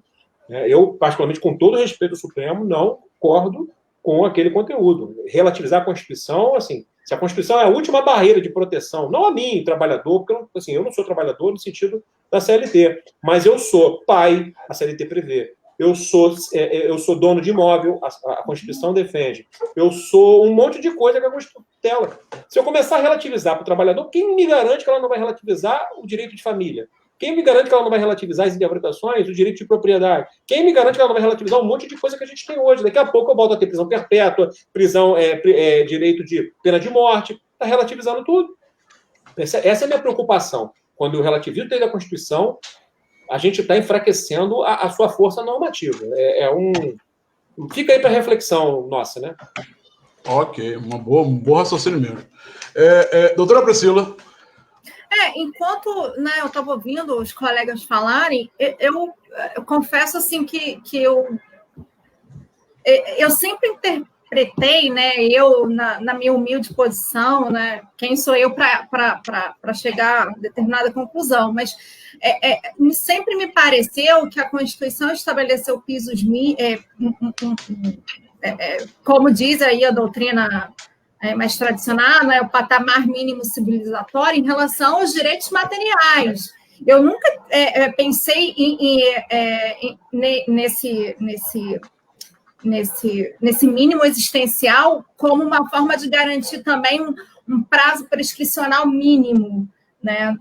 E só para colocar aí, porque realmente, quando me parece que a Constituição ela ressalva a possibilidade de uma garantia maior, me pareceu assim, sempre até aqui que era em relação somente ao direito material em si. O prazo prescricional, como tem também, né, uma questão de interesse público, de segurança jurídica, né, até mesmo porque nosso país precisa cada vez mais de segurança jurídica, enfim, para poder evoluir, enfim, realmente eu nunca tinha pensado nessa análise, né, mas, enfim. Tem muita gente que questiona, né, assim, tem muita crítica, eu particularmente, eu acho que não deveria constar a prescrição aqui, eu acho que ela não deveria fazer parte do texto da Constituição. Mais uma vez, é o único caso de prescrição com prazo na Constituição Federal. Mas, ao mesmo tempo que eu penso isso, eu fico pensando, e se não tivesse? Considerando tudo que está acontecendo no Congresso Nacional, né, e aí os meus estudos aí para o meu projeto, aí da minha qualificação do mestrado, que eu tenho que terminar nesse mês agora, porque eu tenho que qualificar nesse tempo, me assusta um pouco o que eu vejo acontecendo, no sentido, assim, quem me conhece sabe, a gente já conversou outras vezes, eu não sou tão crítico à reforma trabalhista em muitos aspectos, mas também a parte que eu não concordo, eu também sou muito crítico. Então, eu acho que é nem muito ao céu, nem muito à terra. Eu acho que a temperança é o caminho que a gente tem que buscar, né? Quando eu estico muito a corda dos dois lados, a corda tende a romper. E quando a gente rompe, a gente entra numa situação do caos, né? No estado inicial da humanidade, que é no estado de guerra, no estado de conflito. E aí é uma coisa que a gente precisa pensar, até quando os trabalhadores, e aí considerando tudo que está acontecendo, vão assim, aceitar, no bom sentido, esse conjunto de desregulamentação que está acontecendo. Eu fico a pensar sobre isso. Vai chegar em algum momento que isso vai gerar um problema, me parece, social. Na França aconteceu. Os coletes amarelos foram para a rua e a gente, né, Macron queria aumentar a jornada e eles quebraram um monte de coisa. Eu não sou a favor de quebrar nada, mas você vê quando a categoria se junta para tutelar alguma coisa, isso tem uma resposta por parte do Estado. A minha pergunta é até quando nosso povo é um povo muito, muito, muito calmo, né? Muito tranquilo. Historicamente, a gente nunca foi de brigar muito a rua, né? Ir muito à rua para conquistar, mas sei lá, eu sei, fica a reflexão. Eu, particularmente, me preocupo onde isso pode chegar. Doutora Ana Gleice. Eu continuo compartilhando com o entendimento do doutor Fabiano, né? Considerando que a prescrição é instituto de direito material e não processual, eu continuo tendo o mesmo entendimento de doutor Fabiano, né? Eu acho que é isso. Não me convence, ninguém me convenceu de nada diferente por enquanto. Então vamos lá. Me permite, doutor? Vai, vamos. Fica, assim, deixa eu só fazer aqui. É porque eu tô, Fabiano, a doutora Aline, ela está falando aqui, eu acho que ela está voltando naquela questão lá do direito de trabalho, a previsão de duas hipóteses, a prescrição, e ela está perguntando aqui, e a exceção do artigo 208? Eu acho que essa pergunta tem a ver com aquela questão anterior, aqui, ó. Deixa eu ver aqui, porque... Porque falando em seguida, me parece que tem a ver com isso aqui. Vamos dar uma olhadinha aqui. No direito do trabalho, a previsão de 2 hipóteses de prescrição e 3 hipóteses de decadência. Todas as hipóteses são suscetíveis de suspensão de adopção? Aí o doutor respondeu. Aí ela foi botar uma outra pergunta. E a exceção do artigo 208? Então, mas a exceção do 208 é qual 208? Porque, assim, só para tentar entender. Porque a lei vem dizendo que, vou ler o artigo, tá? Este artigo aplica-se a decadência conforme o artigo 207. No Código Civil, perdão, no artigo 208, vem, aplica-se a decadência o disposto no artigo 195 e 198.1. 195 são as hipóteses de... aqui, ó, 195, sobre os relativamente incapazes. E 198 vem dizendo as hipóteses em que não corre prescrição. Assim, doutor, se puder colocar de novo, vai ser um prazer aqui para tentar entender aqui, para a gente conversar juntos. Então, 208 do Código Civil. O 208 botou. Do Código Civil. Decadência, né? E aí, assim, se a gente considerar que as hipóteses de decadência na Justiça do Trabalho são curtíssimas, né? 3, como a gente conversou no começo, né? Me parece que acaba tendo muito pouco impacto prático, né? Inquérito para apuração de falta grave. Inquérito para apuração de falta grave, ação rescisória e mandado de segurança. Então, eu não vejo, assim, em termos práticos. Mas a minha empresa tem um inquérito para apuração de falta grave. Pô, aí ferrou-se, né? Aí a gente vai para... Aí aplica-se isso tudo que a gente está conversando, entendeu? Não sei se expliquei. Se não, coloca aí de novo que a gente aborda de novo aí o papo. Doutora Aline, está respondido. Se caso não, coloca outro ponto aí. E voltando à doutora Priscila agora. Não, é só para a gente agregar na nossa conversa, né? Querendo, talvez até um pouco abstrair da aplicabilidade da Lei 14.010, eu queria saber do doutor Fabiano o que ele acha a relação entre a OJ 375 da SDI 1 em relação ao assunto. Por quê? Eu tenho uma certa dificuldade quando eu ouço argumentações partindo de uma presunção geral de dificuldade de acesso ao Poder Judiciário. Tá? Eu trouxe até aqui para dar exemplo, né, para ilustrar a nossa conversa, né, 3 processos meus que tiveram sentenças publicadas essa semana. Esses 3 processos, eles são datados a partir de março desse ano, né?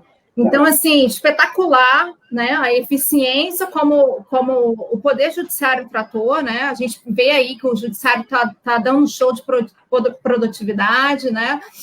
Então, assim, tem uma certa dificuldade. É bem difícil você falar que essa justiça está inacessível quando você vê que na prática ela não está, que ela está se movimentando, que ela está fazendo com que os processos tramitem, né? A gente percebe esse esforço. Então, assim, será que a gente não poderia usar a OJ 375 como uma baliza, no sentido de que a prescrição estaria afastada quando há uma prova cabal de dificuldade de acesso ao Poder Judiciário? Por exemplo, aquele empregado que adquiriu Covid e ficou internado. Nesse caso, por exemplo. Agora, a partir de uma presunção geral de dificuldade, será que... Como o senhor vê essa minha ideia?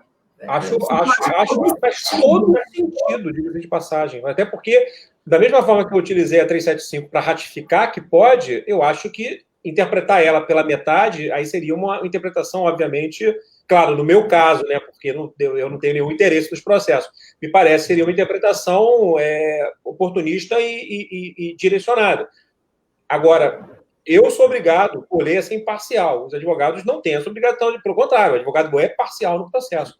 E eu acho que a interpretação, à luz da OJ 375, indicando que, salvo prova de dificuldade, eu acho que faz sentido. É claro que a gente vai entrar numa seara muito subjetiva. O que é impossibilidade? Decreto municipal dizendo que não pode ir à rua, me parece um argumento forte, né? Porque senão você é multado.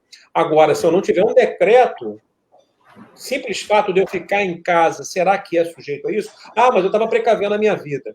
Então, assim, eu acho que a gente vai entrar numa seara tão subjetiva de entender o que é ou não impossibilidade, que o 375 cá entre nós vai no mesmo sentido, a OJ 375. Então, eu acho que da mesma forma que subsidiar como preliminar, olha que coisa, hein?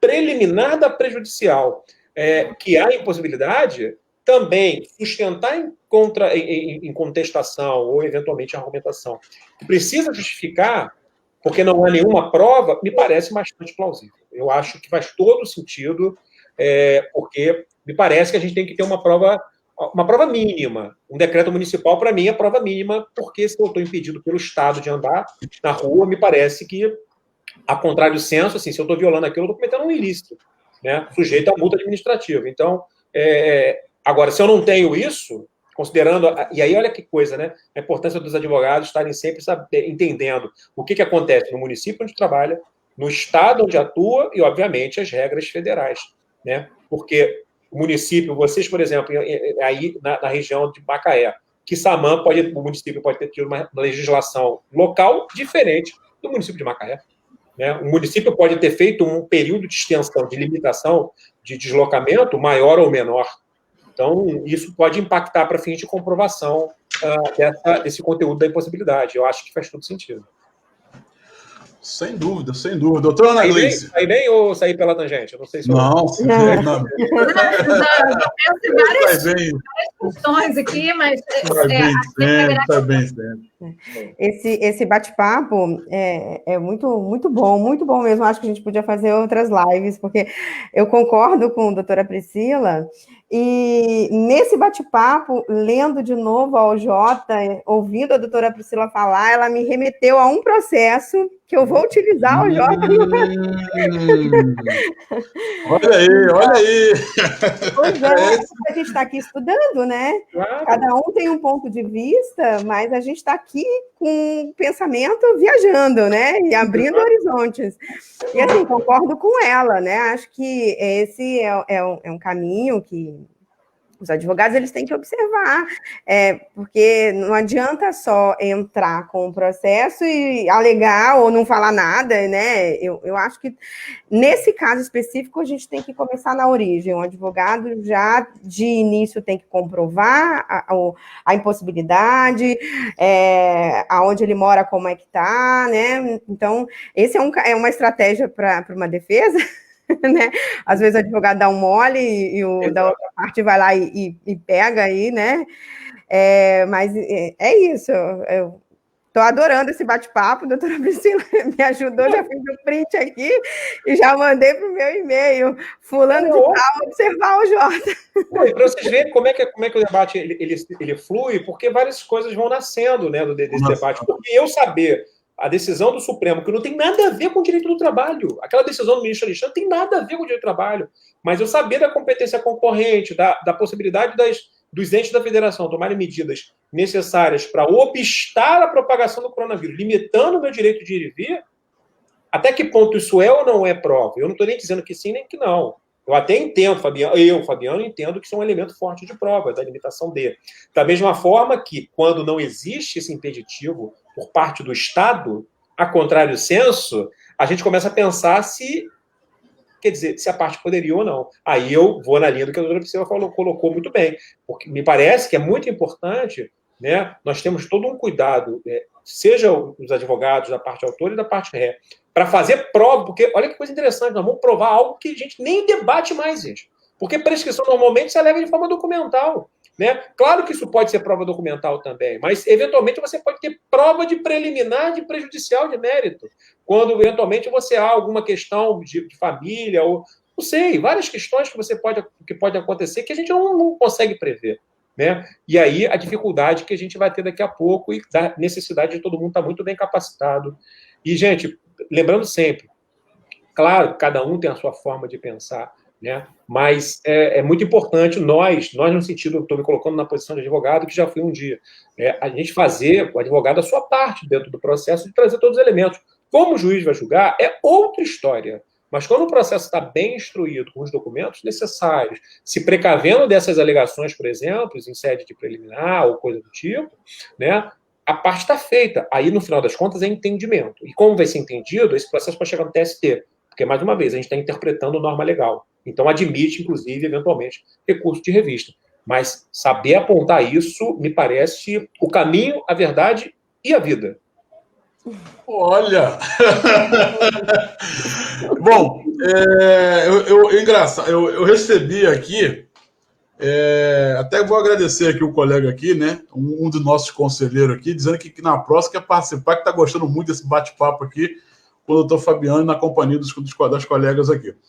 E ele mandou uma pergunta para mim aqui, ó. Deixa vocês vão ver aqui, ó, pro WhatsApp. Ele mandou pelo Zap. Enfim, mas eu vou perguntar então ao doutor Fabiano. Ele está dizendo aqui o seguinte, né, considerando que ele está fazendo até menção naquela fala que eu fiz em relação ao prazo aqui da lei. Considerando que o decreto legislativo fala que a pandemia foi declarada a partir de 20 de março de 2020.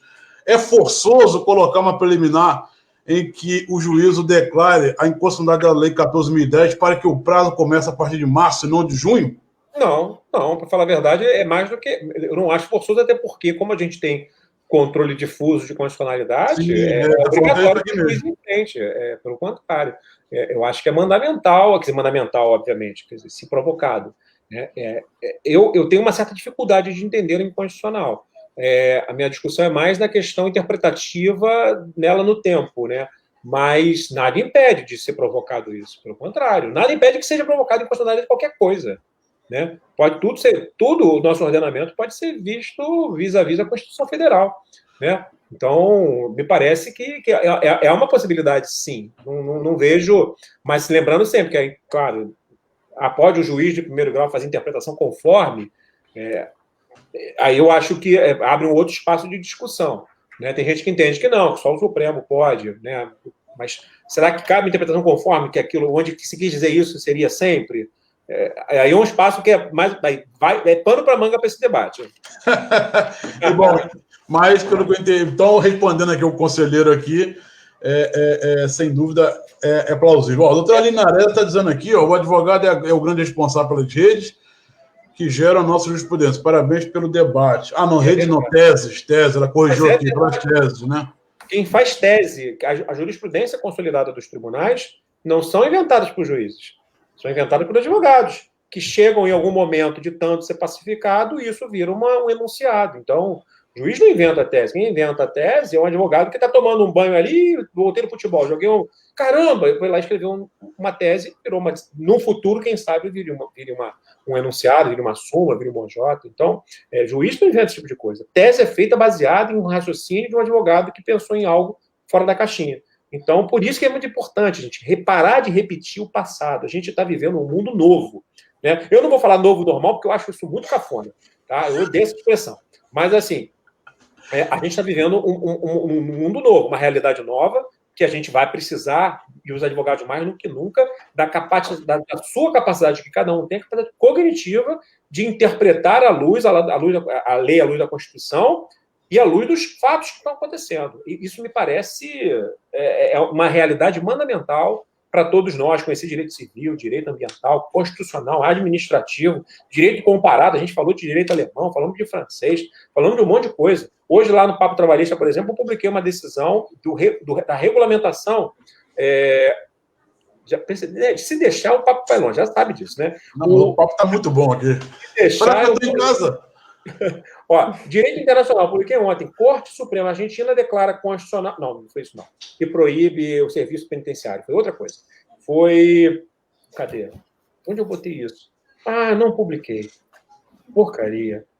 Não publiquei ainda, não. Vou publicar. Saiu hoje. Perdão. A Argentina publicou em 14 de agosto lei sobre teletrabalho. Aqui do lado, nos irmãos. Que parece que é completamente diferente da nossa. Pergunto para os advogados, por que não ler essa lei? Fabiano, já lê a nossa, já é um saco. Eu sei. Mas o direito comparado é fonte do direito. Então é importante. São vizinhos nossos. Por que não entender? Né? Tá no site, depois até posso passar para o Fabiano manda para vocês. Né? Inclusive, a interpretação de um juiz do TRT da 12ª Região, Oscar Crost. Botar na internet é capaz de achar. Tá? Trazendo o que diz a lei. É importante demais da conta saber isso. Bom, doutora Aline está respondendo então aqui. Doutora Adriana Borrachinho está colocando aqui com a advogada primeiro juiz da causa, né? Um abraço para a Adriana lá de Quissamã. Nosso amigo doutor Leonardo está colocando aqui a súmula 100 do TST, ação rescisória, decadência. Isso, só endossando isso aí. Um abraço aí, doutor Leonardo. Doutor Leonardo, da melhor qualidade. Doutora Priscila. Alguma pergunta? Não, tá bom, né? Para hoje tá bom, né? Doutora Mas Priscila, tem uma hora de entreter só, tem pouco tempo ainda. doutora Priscila já malhou hoje ou vai malhar ainda? Não, hoje é o dia de intervalo. Olha como é que eu sou fofoqueiro, hein? Olha como é que eu sou fofoqueiro. Porque como a gente está nas redes sociais mutuamente, de vez em quando ela posta lá na academia, que eu vejo de vez em quando. Eu sou aquele, né? Fantástico, né? Estamos Eu sou ali na... Estamos de olho. Doutora Ana Gleice, alguma pergunta? Esse negócio de rede social é um perigo. É um inferno, gente. Eu tenho um pavor de rede social. Por isso que eu não tenho. Os meus clientes são contabilizados, não tenho cliente na rede social. E agora vou eliminar os juízes. Vai que um negócio desse aí vai para caminho numa sala de audiência, vai? Porque, falar a verdade, eu publico pouco. Normalmente, porque assim, eu confesso a vocês, eu tenho muita dificuldade, eu sei que alguns amigos meus fazem, mas eu acho que eu tenho a Constituição e a lei, quando eu escolhi, ninguém me obrigou a ser o que eu faço hoje, né? Eu escolhi fazer, fiz um concurso, passei na prova. Então, eu acho que quando eu optei por essa vida, eu me impus uma limitação de não falar tudo que eu penso, né? Então, eu não posso chegar na rede social e falar de política, não posso falar de um monte de coisa, porque a lei me veda. Eu tenho um monte de colega que faz isso, eu acho isso um absurdo, já deixo aqui, inclusive, manifestando que eu acho isso uma aberração, e o CNJ deveria, inclusive, se posicionar a respeito disso. Eu acho que um monte de colega faz um monte de coisas em rede social que não deveria, porque se impõe. Claro que os advogados não têm isso. Falei brincando com o doutor Priscila, porque eu acho que eu tenho liberdade para fazer essa brincadeira, porque... Então, quer dizer, eu evito, por exemplo, colocar... Eu evito fazer coisas, por exemplo, na rua. Eu tenho hoje um cuidado, até no Maracanã. Eu vou ao Maracanã hoje, por exemplo, um hábito que eu tinha antes, né, o jogador fazia uma bobagem, eu ia lá e falava uma palavra feia. Eu hoje não faço mais. Porque eu já fui abordado no Maracanã de advogado batendo nas minhas coisas. Doutor Fabiano, saudações tricolores. E aí, dá vergonha. Imagina se ele me vê falando um palavrão horroroso. Então, eu me impus um monte de limitações. Né? Então, eu só publico mínimo em rede social, mas publico e tenho o meu canal, né? Para quem não conhece, né? Os colegas que entraram depois, Papo Trabalhista Oficial no Instagram, Papo Trabalhista, que só publico questões que não são o que eu penso, são questões jurídicas, debates muito, muito abertos, tentando ser um canal educativo. Mas nem promoção, porque eu acho que tem muito colega que faz autopromoção, e é vedado pela regulamentação do CNJ, eu nem isso faço, né? Nós não fazemos, porque a gente não concorda com isso. Então, eu tenho muito cuidado, eu acho que a rede social é um perigo. Eu costumo dizer que a rede social deu voz ao idiota. Né? Não só eu, né? Eu acho que quem diz? É um desses filósofos importantes aí, o Karmal, né? Karmal? Eu sempre esqueço o nome dele. Não foi ele que falou, não? É um filósofo agora italiano, eu não lembro o Domênico. Pode ser o eu não sei eu não me recordo agora, mas foi um filósofo europeu, só que eu não me vem à mente agora. Eu não sei onde vi isso agora, obviamente que a gente está aqui, pode ver, né? Ó, redes sociais. Quem falou?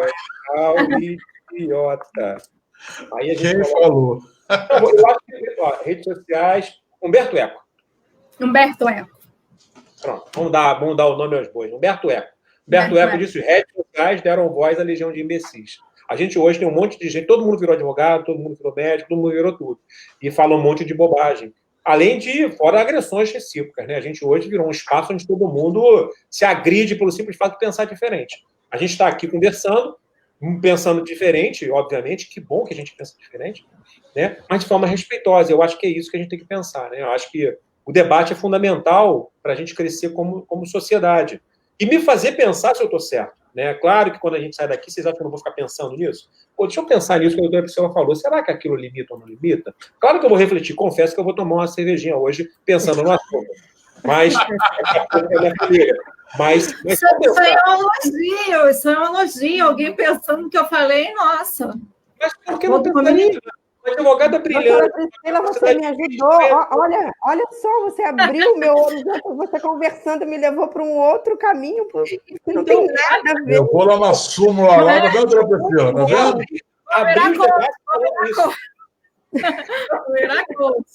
Eu abri o debate falando isso. Uma advogada brilhante, uma sensata, todas as vezes que se coloca sempre antes de falar faz o que muita gente não faz, que é sempre pensar no contraponto. Então, eu fiz questão, e por isso que, assim, já respeito pelo simples fato de ser advogado, ainda mais sendo brilhante como é. Claro que eu vou refletir sobre, tenho a menor dúvida. Só não vê minha rede social, porque eu sou o oposto quase do Simão. Só posto bobagem, só posto... Não é bobagem, não. Posta com os filhos, eu vejo com o esposo. Só posto bobice, entendeu?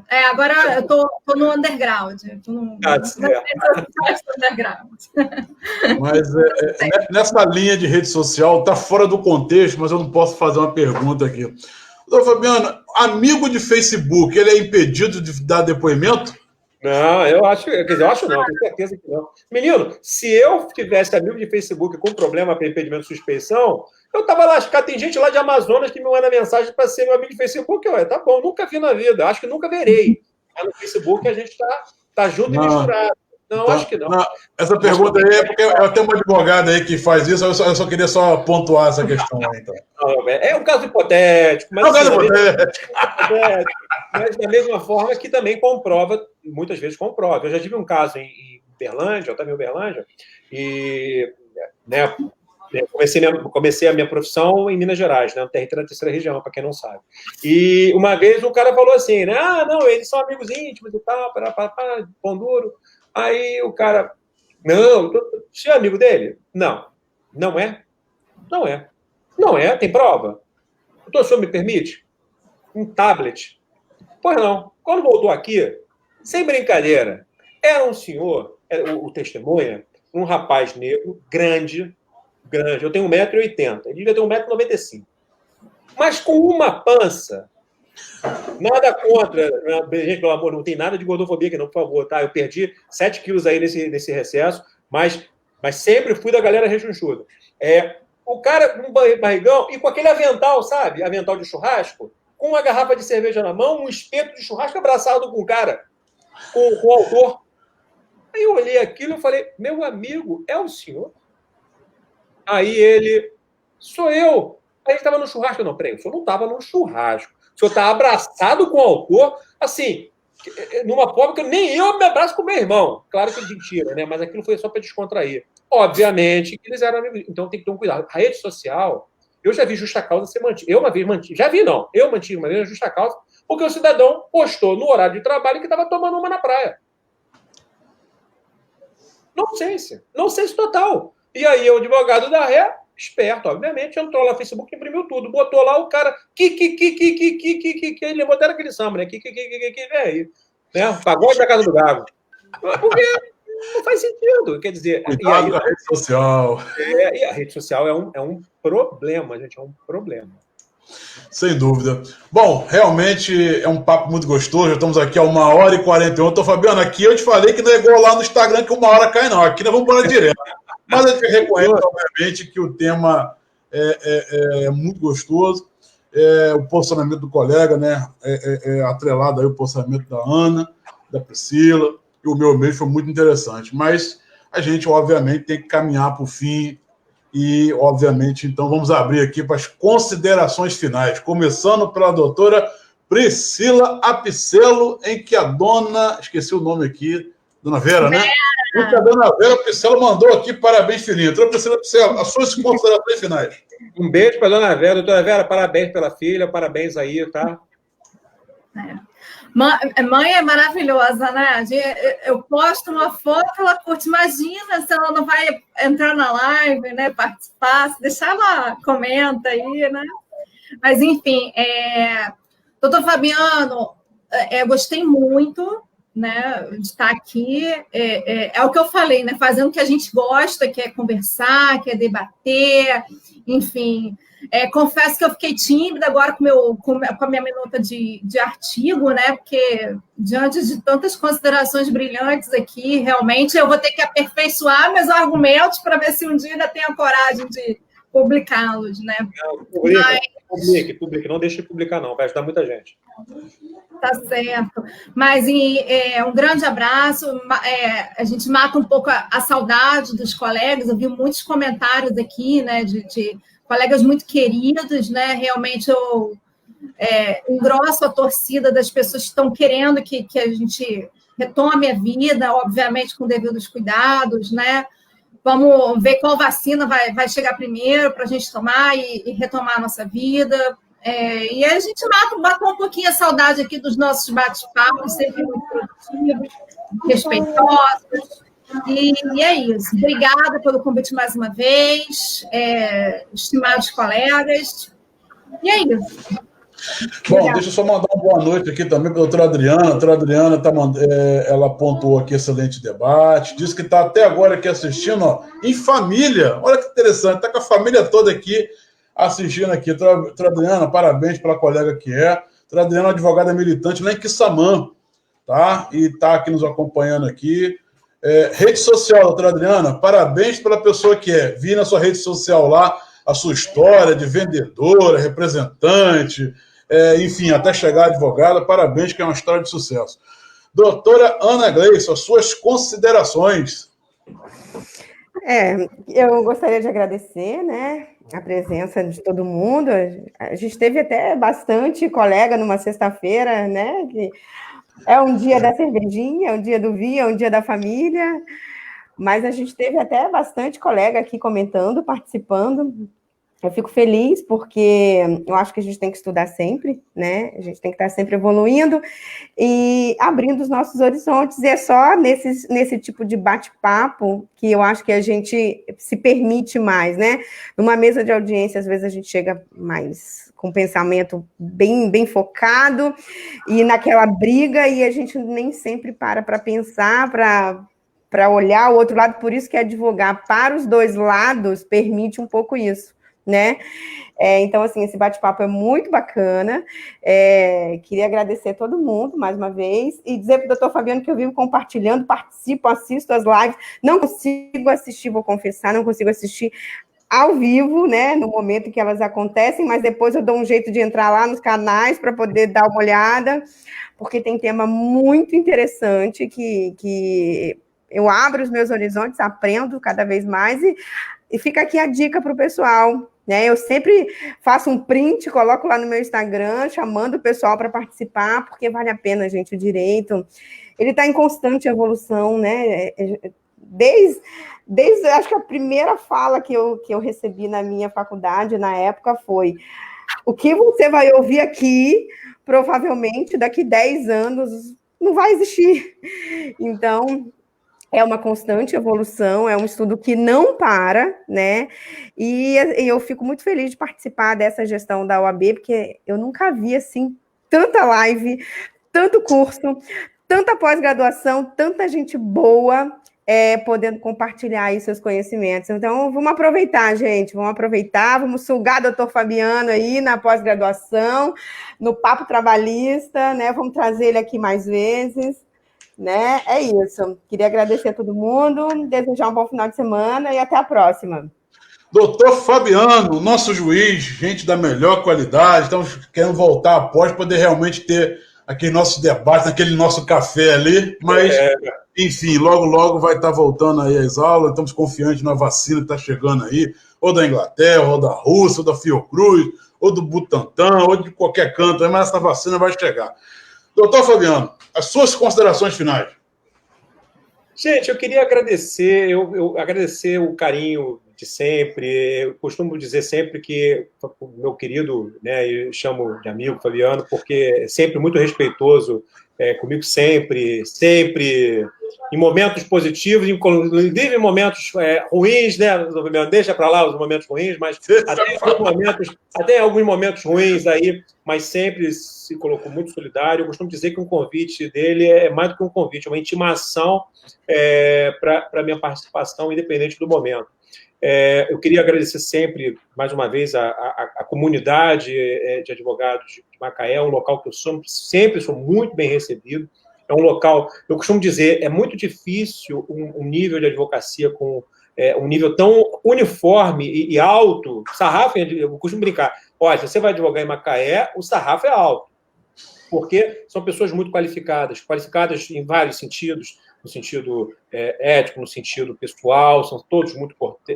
Uma cortesia faz parte do dia a dia, conseguem segmentar sempre que dentro de audiência pode haver interesses contrapostos, mas do lado de fora não existe isso. A sala de aula é sempre um ambiente agradabilíssimo. Minha mulher, que deve estar ali na sala, costuma dizer que quando eu vou para Macaé, eu tenho um problema sério. Eu tenho a hora para entrar, não tem problema. A hora para sair, eu chego em casa às 11 horas da noite de carro, porque o debate vai e vai, e o pessoal sabe que eu só paro quando o último vai embora.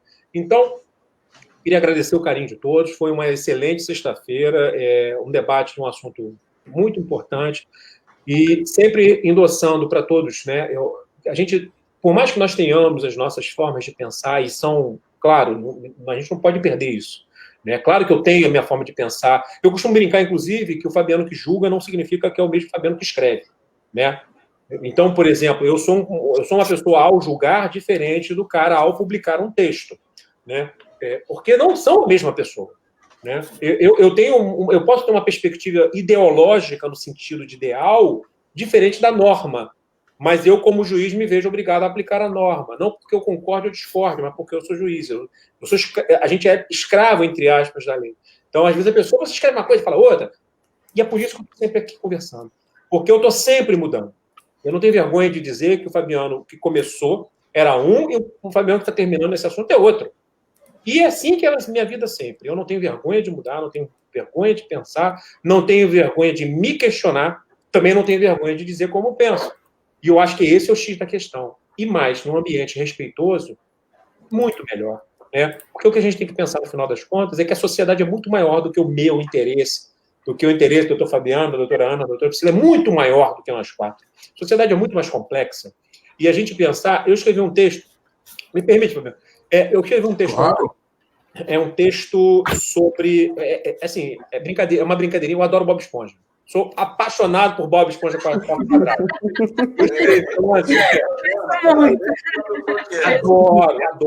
Adoro. Principalmente o Lula Molusco. E aí, ontem, eu escrevi um texto, exatamente. O nome do texto vai sair naquele jornal que é dos advogados aqui de Niterói. Não sei se vocês conhecem, Confraria dos Advogados. Sim, mandar um abraço ao meu amigo Júnior, até. Doutor Júnior, inclusive, que vai publicar o texto. Vai publicar. A minha pergunta, a reflexão foi: o que Bob Esponja tem a nos ensinar sobre o direito do trabalho? Esse é o texto. Porque eu reflito que o Bob Esponja, eu faço uma reflexão do Bob Esponja à luz do texto do magnífico professor Ricardo Antunes, que é o Privilégio da Servidão. Nossa, tem que jogar pra gente aí. Vai ser publicado agora. E depois eu descobri que tinha uma outra pessoa que já tinha publicado, mas na administração. Eu tentei fazer uma reflexão crítica à luz do direito do trabalho. E quando eu penso isso, eu concluo o texto dizendo, né, faço as análises que eu acho que o Bob Esponja é aquele cara que trabalha 18 horas por dia sorrindo, feliz porque não recebe hora extra. Então, por isso que eu faço uma analogia ao privilégio da servidão. E, ao final do texto, eu pergunto sempre para cada um dos leitores, né? Quando você olha o seu filho e a sua filha, o seu neto e a sua neta, não significa que eles serão advogados. Eles podem ser empregados. E a minha pergunta para você é: você quer que eles sejam o Bob Esponja de amanhã? É uma reflexão que eu deixo para todos. Porque o direito do trabalho não termina em mim. Um dia eu vou morrer, e que bom que vou, porque a vida é cíclica. Né? E a sociedade vai ficar com algo que eu fiz, né? Um legado um pouco do legado de nós quatro. E a pergunta é: que legado é esse que a gente quer deixar para o futuro? Eu acho que é essa a reflexão que a gente tem que pensar. Que direito do trabalho nós queremos para gerações que vão nos suceder? Bom, quero mais uma vez agradecer aqui a doutora Priscila, que realmente deu um show aqui na sua primeira live, né? A doutora Ana Gleice também, que deu um show na primeira live. Eu não sei se vocês sabem que a minha primeira live, né, foi com o doutor Fabiano. Até fizemos aquela live sobre o Papo Trabalhista, e eu nunca esqueci. Ali foi a minha primeira live, foi no dia 14 de março, foi na memória. E depois ali, meu amigo Fabiano, você percebe que eu meio que... Eu vi. Pois é, mas foi minha primeira live também. Então, quero agradecer também aqui ao doutor Fabiano, seu juiz, amigo, simpático, colega, tá, por estar realmente aqui virtualmente em Macaé. E, obviamente, doutor Fabiano, a gente, em meio à sua agenda, que a gente sabe que é muito concorrida, a gente gostaria, sim, que o colega pudesse voltar aqui com novos temas, né, dentro das possibilidades, sem dúvida disso. Parabenizar aqui a todos os integrantes da nossa gestão, dizer que realmente Muito se fez e muito se fará ainda em meio à nossa gestão aqui, distribuído nos municípios de Macaé, Conceição, Quissamã e Carapebus. Voltar aqui a doutora Adriana, que quando eu falei de Quissamã, ela botou uma mensagem aqui, ela agradeceu, mas agora está dizendo o seguinte, agora é de mais perto, que ela está em Macaé agora, então aqui ela botou Macaé, enfim, aqui o doutor Leonardo também, parabéns aos Fabiano e às doutoras, o Leonardo está colocando aqui, o Bob Esponja vai implementar o Uber no oceano, enfim, a doutora Adriana, espetáculo, enfim, é o que a doutora Ana falou, diversos comentários, diversas participações aqui meia sexta-feira, devido a esse tema muito importante, e atrelado ao tema, vamos também puxar um pouquinho para o nosso lado aqui, das pessoas que aqui, obviamente, compõem essa bancada virtual, que também tem o seu sucesso. Gente, muito obrigado, uma boa sexta ainda, um bom final de semana, e até a próxima. Muito obrigado. Beijo a todos, gente. Um abraço a todos. Tchau, gente. Fiquem com Deus. Tchau.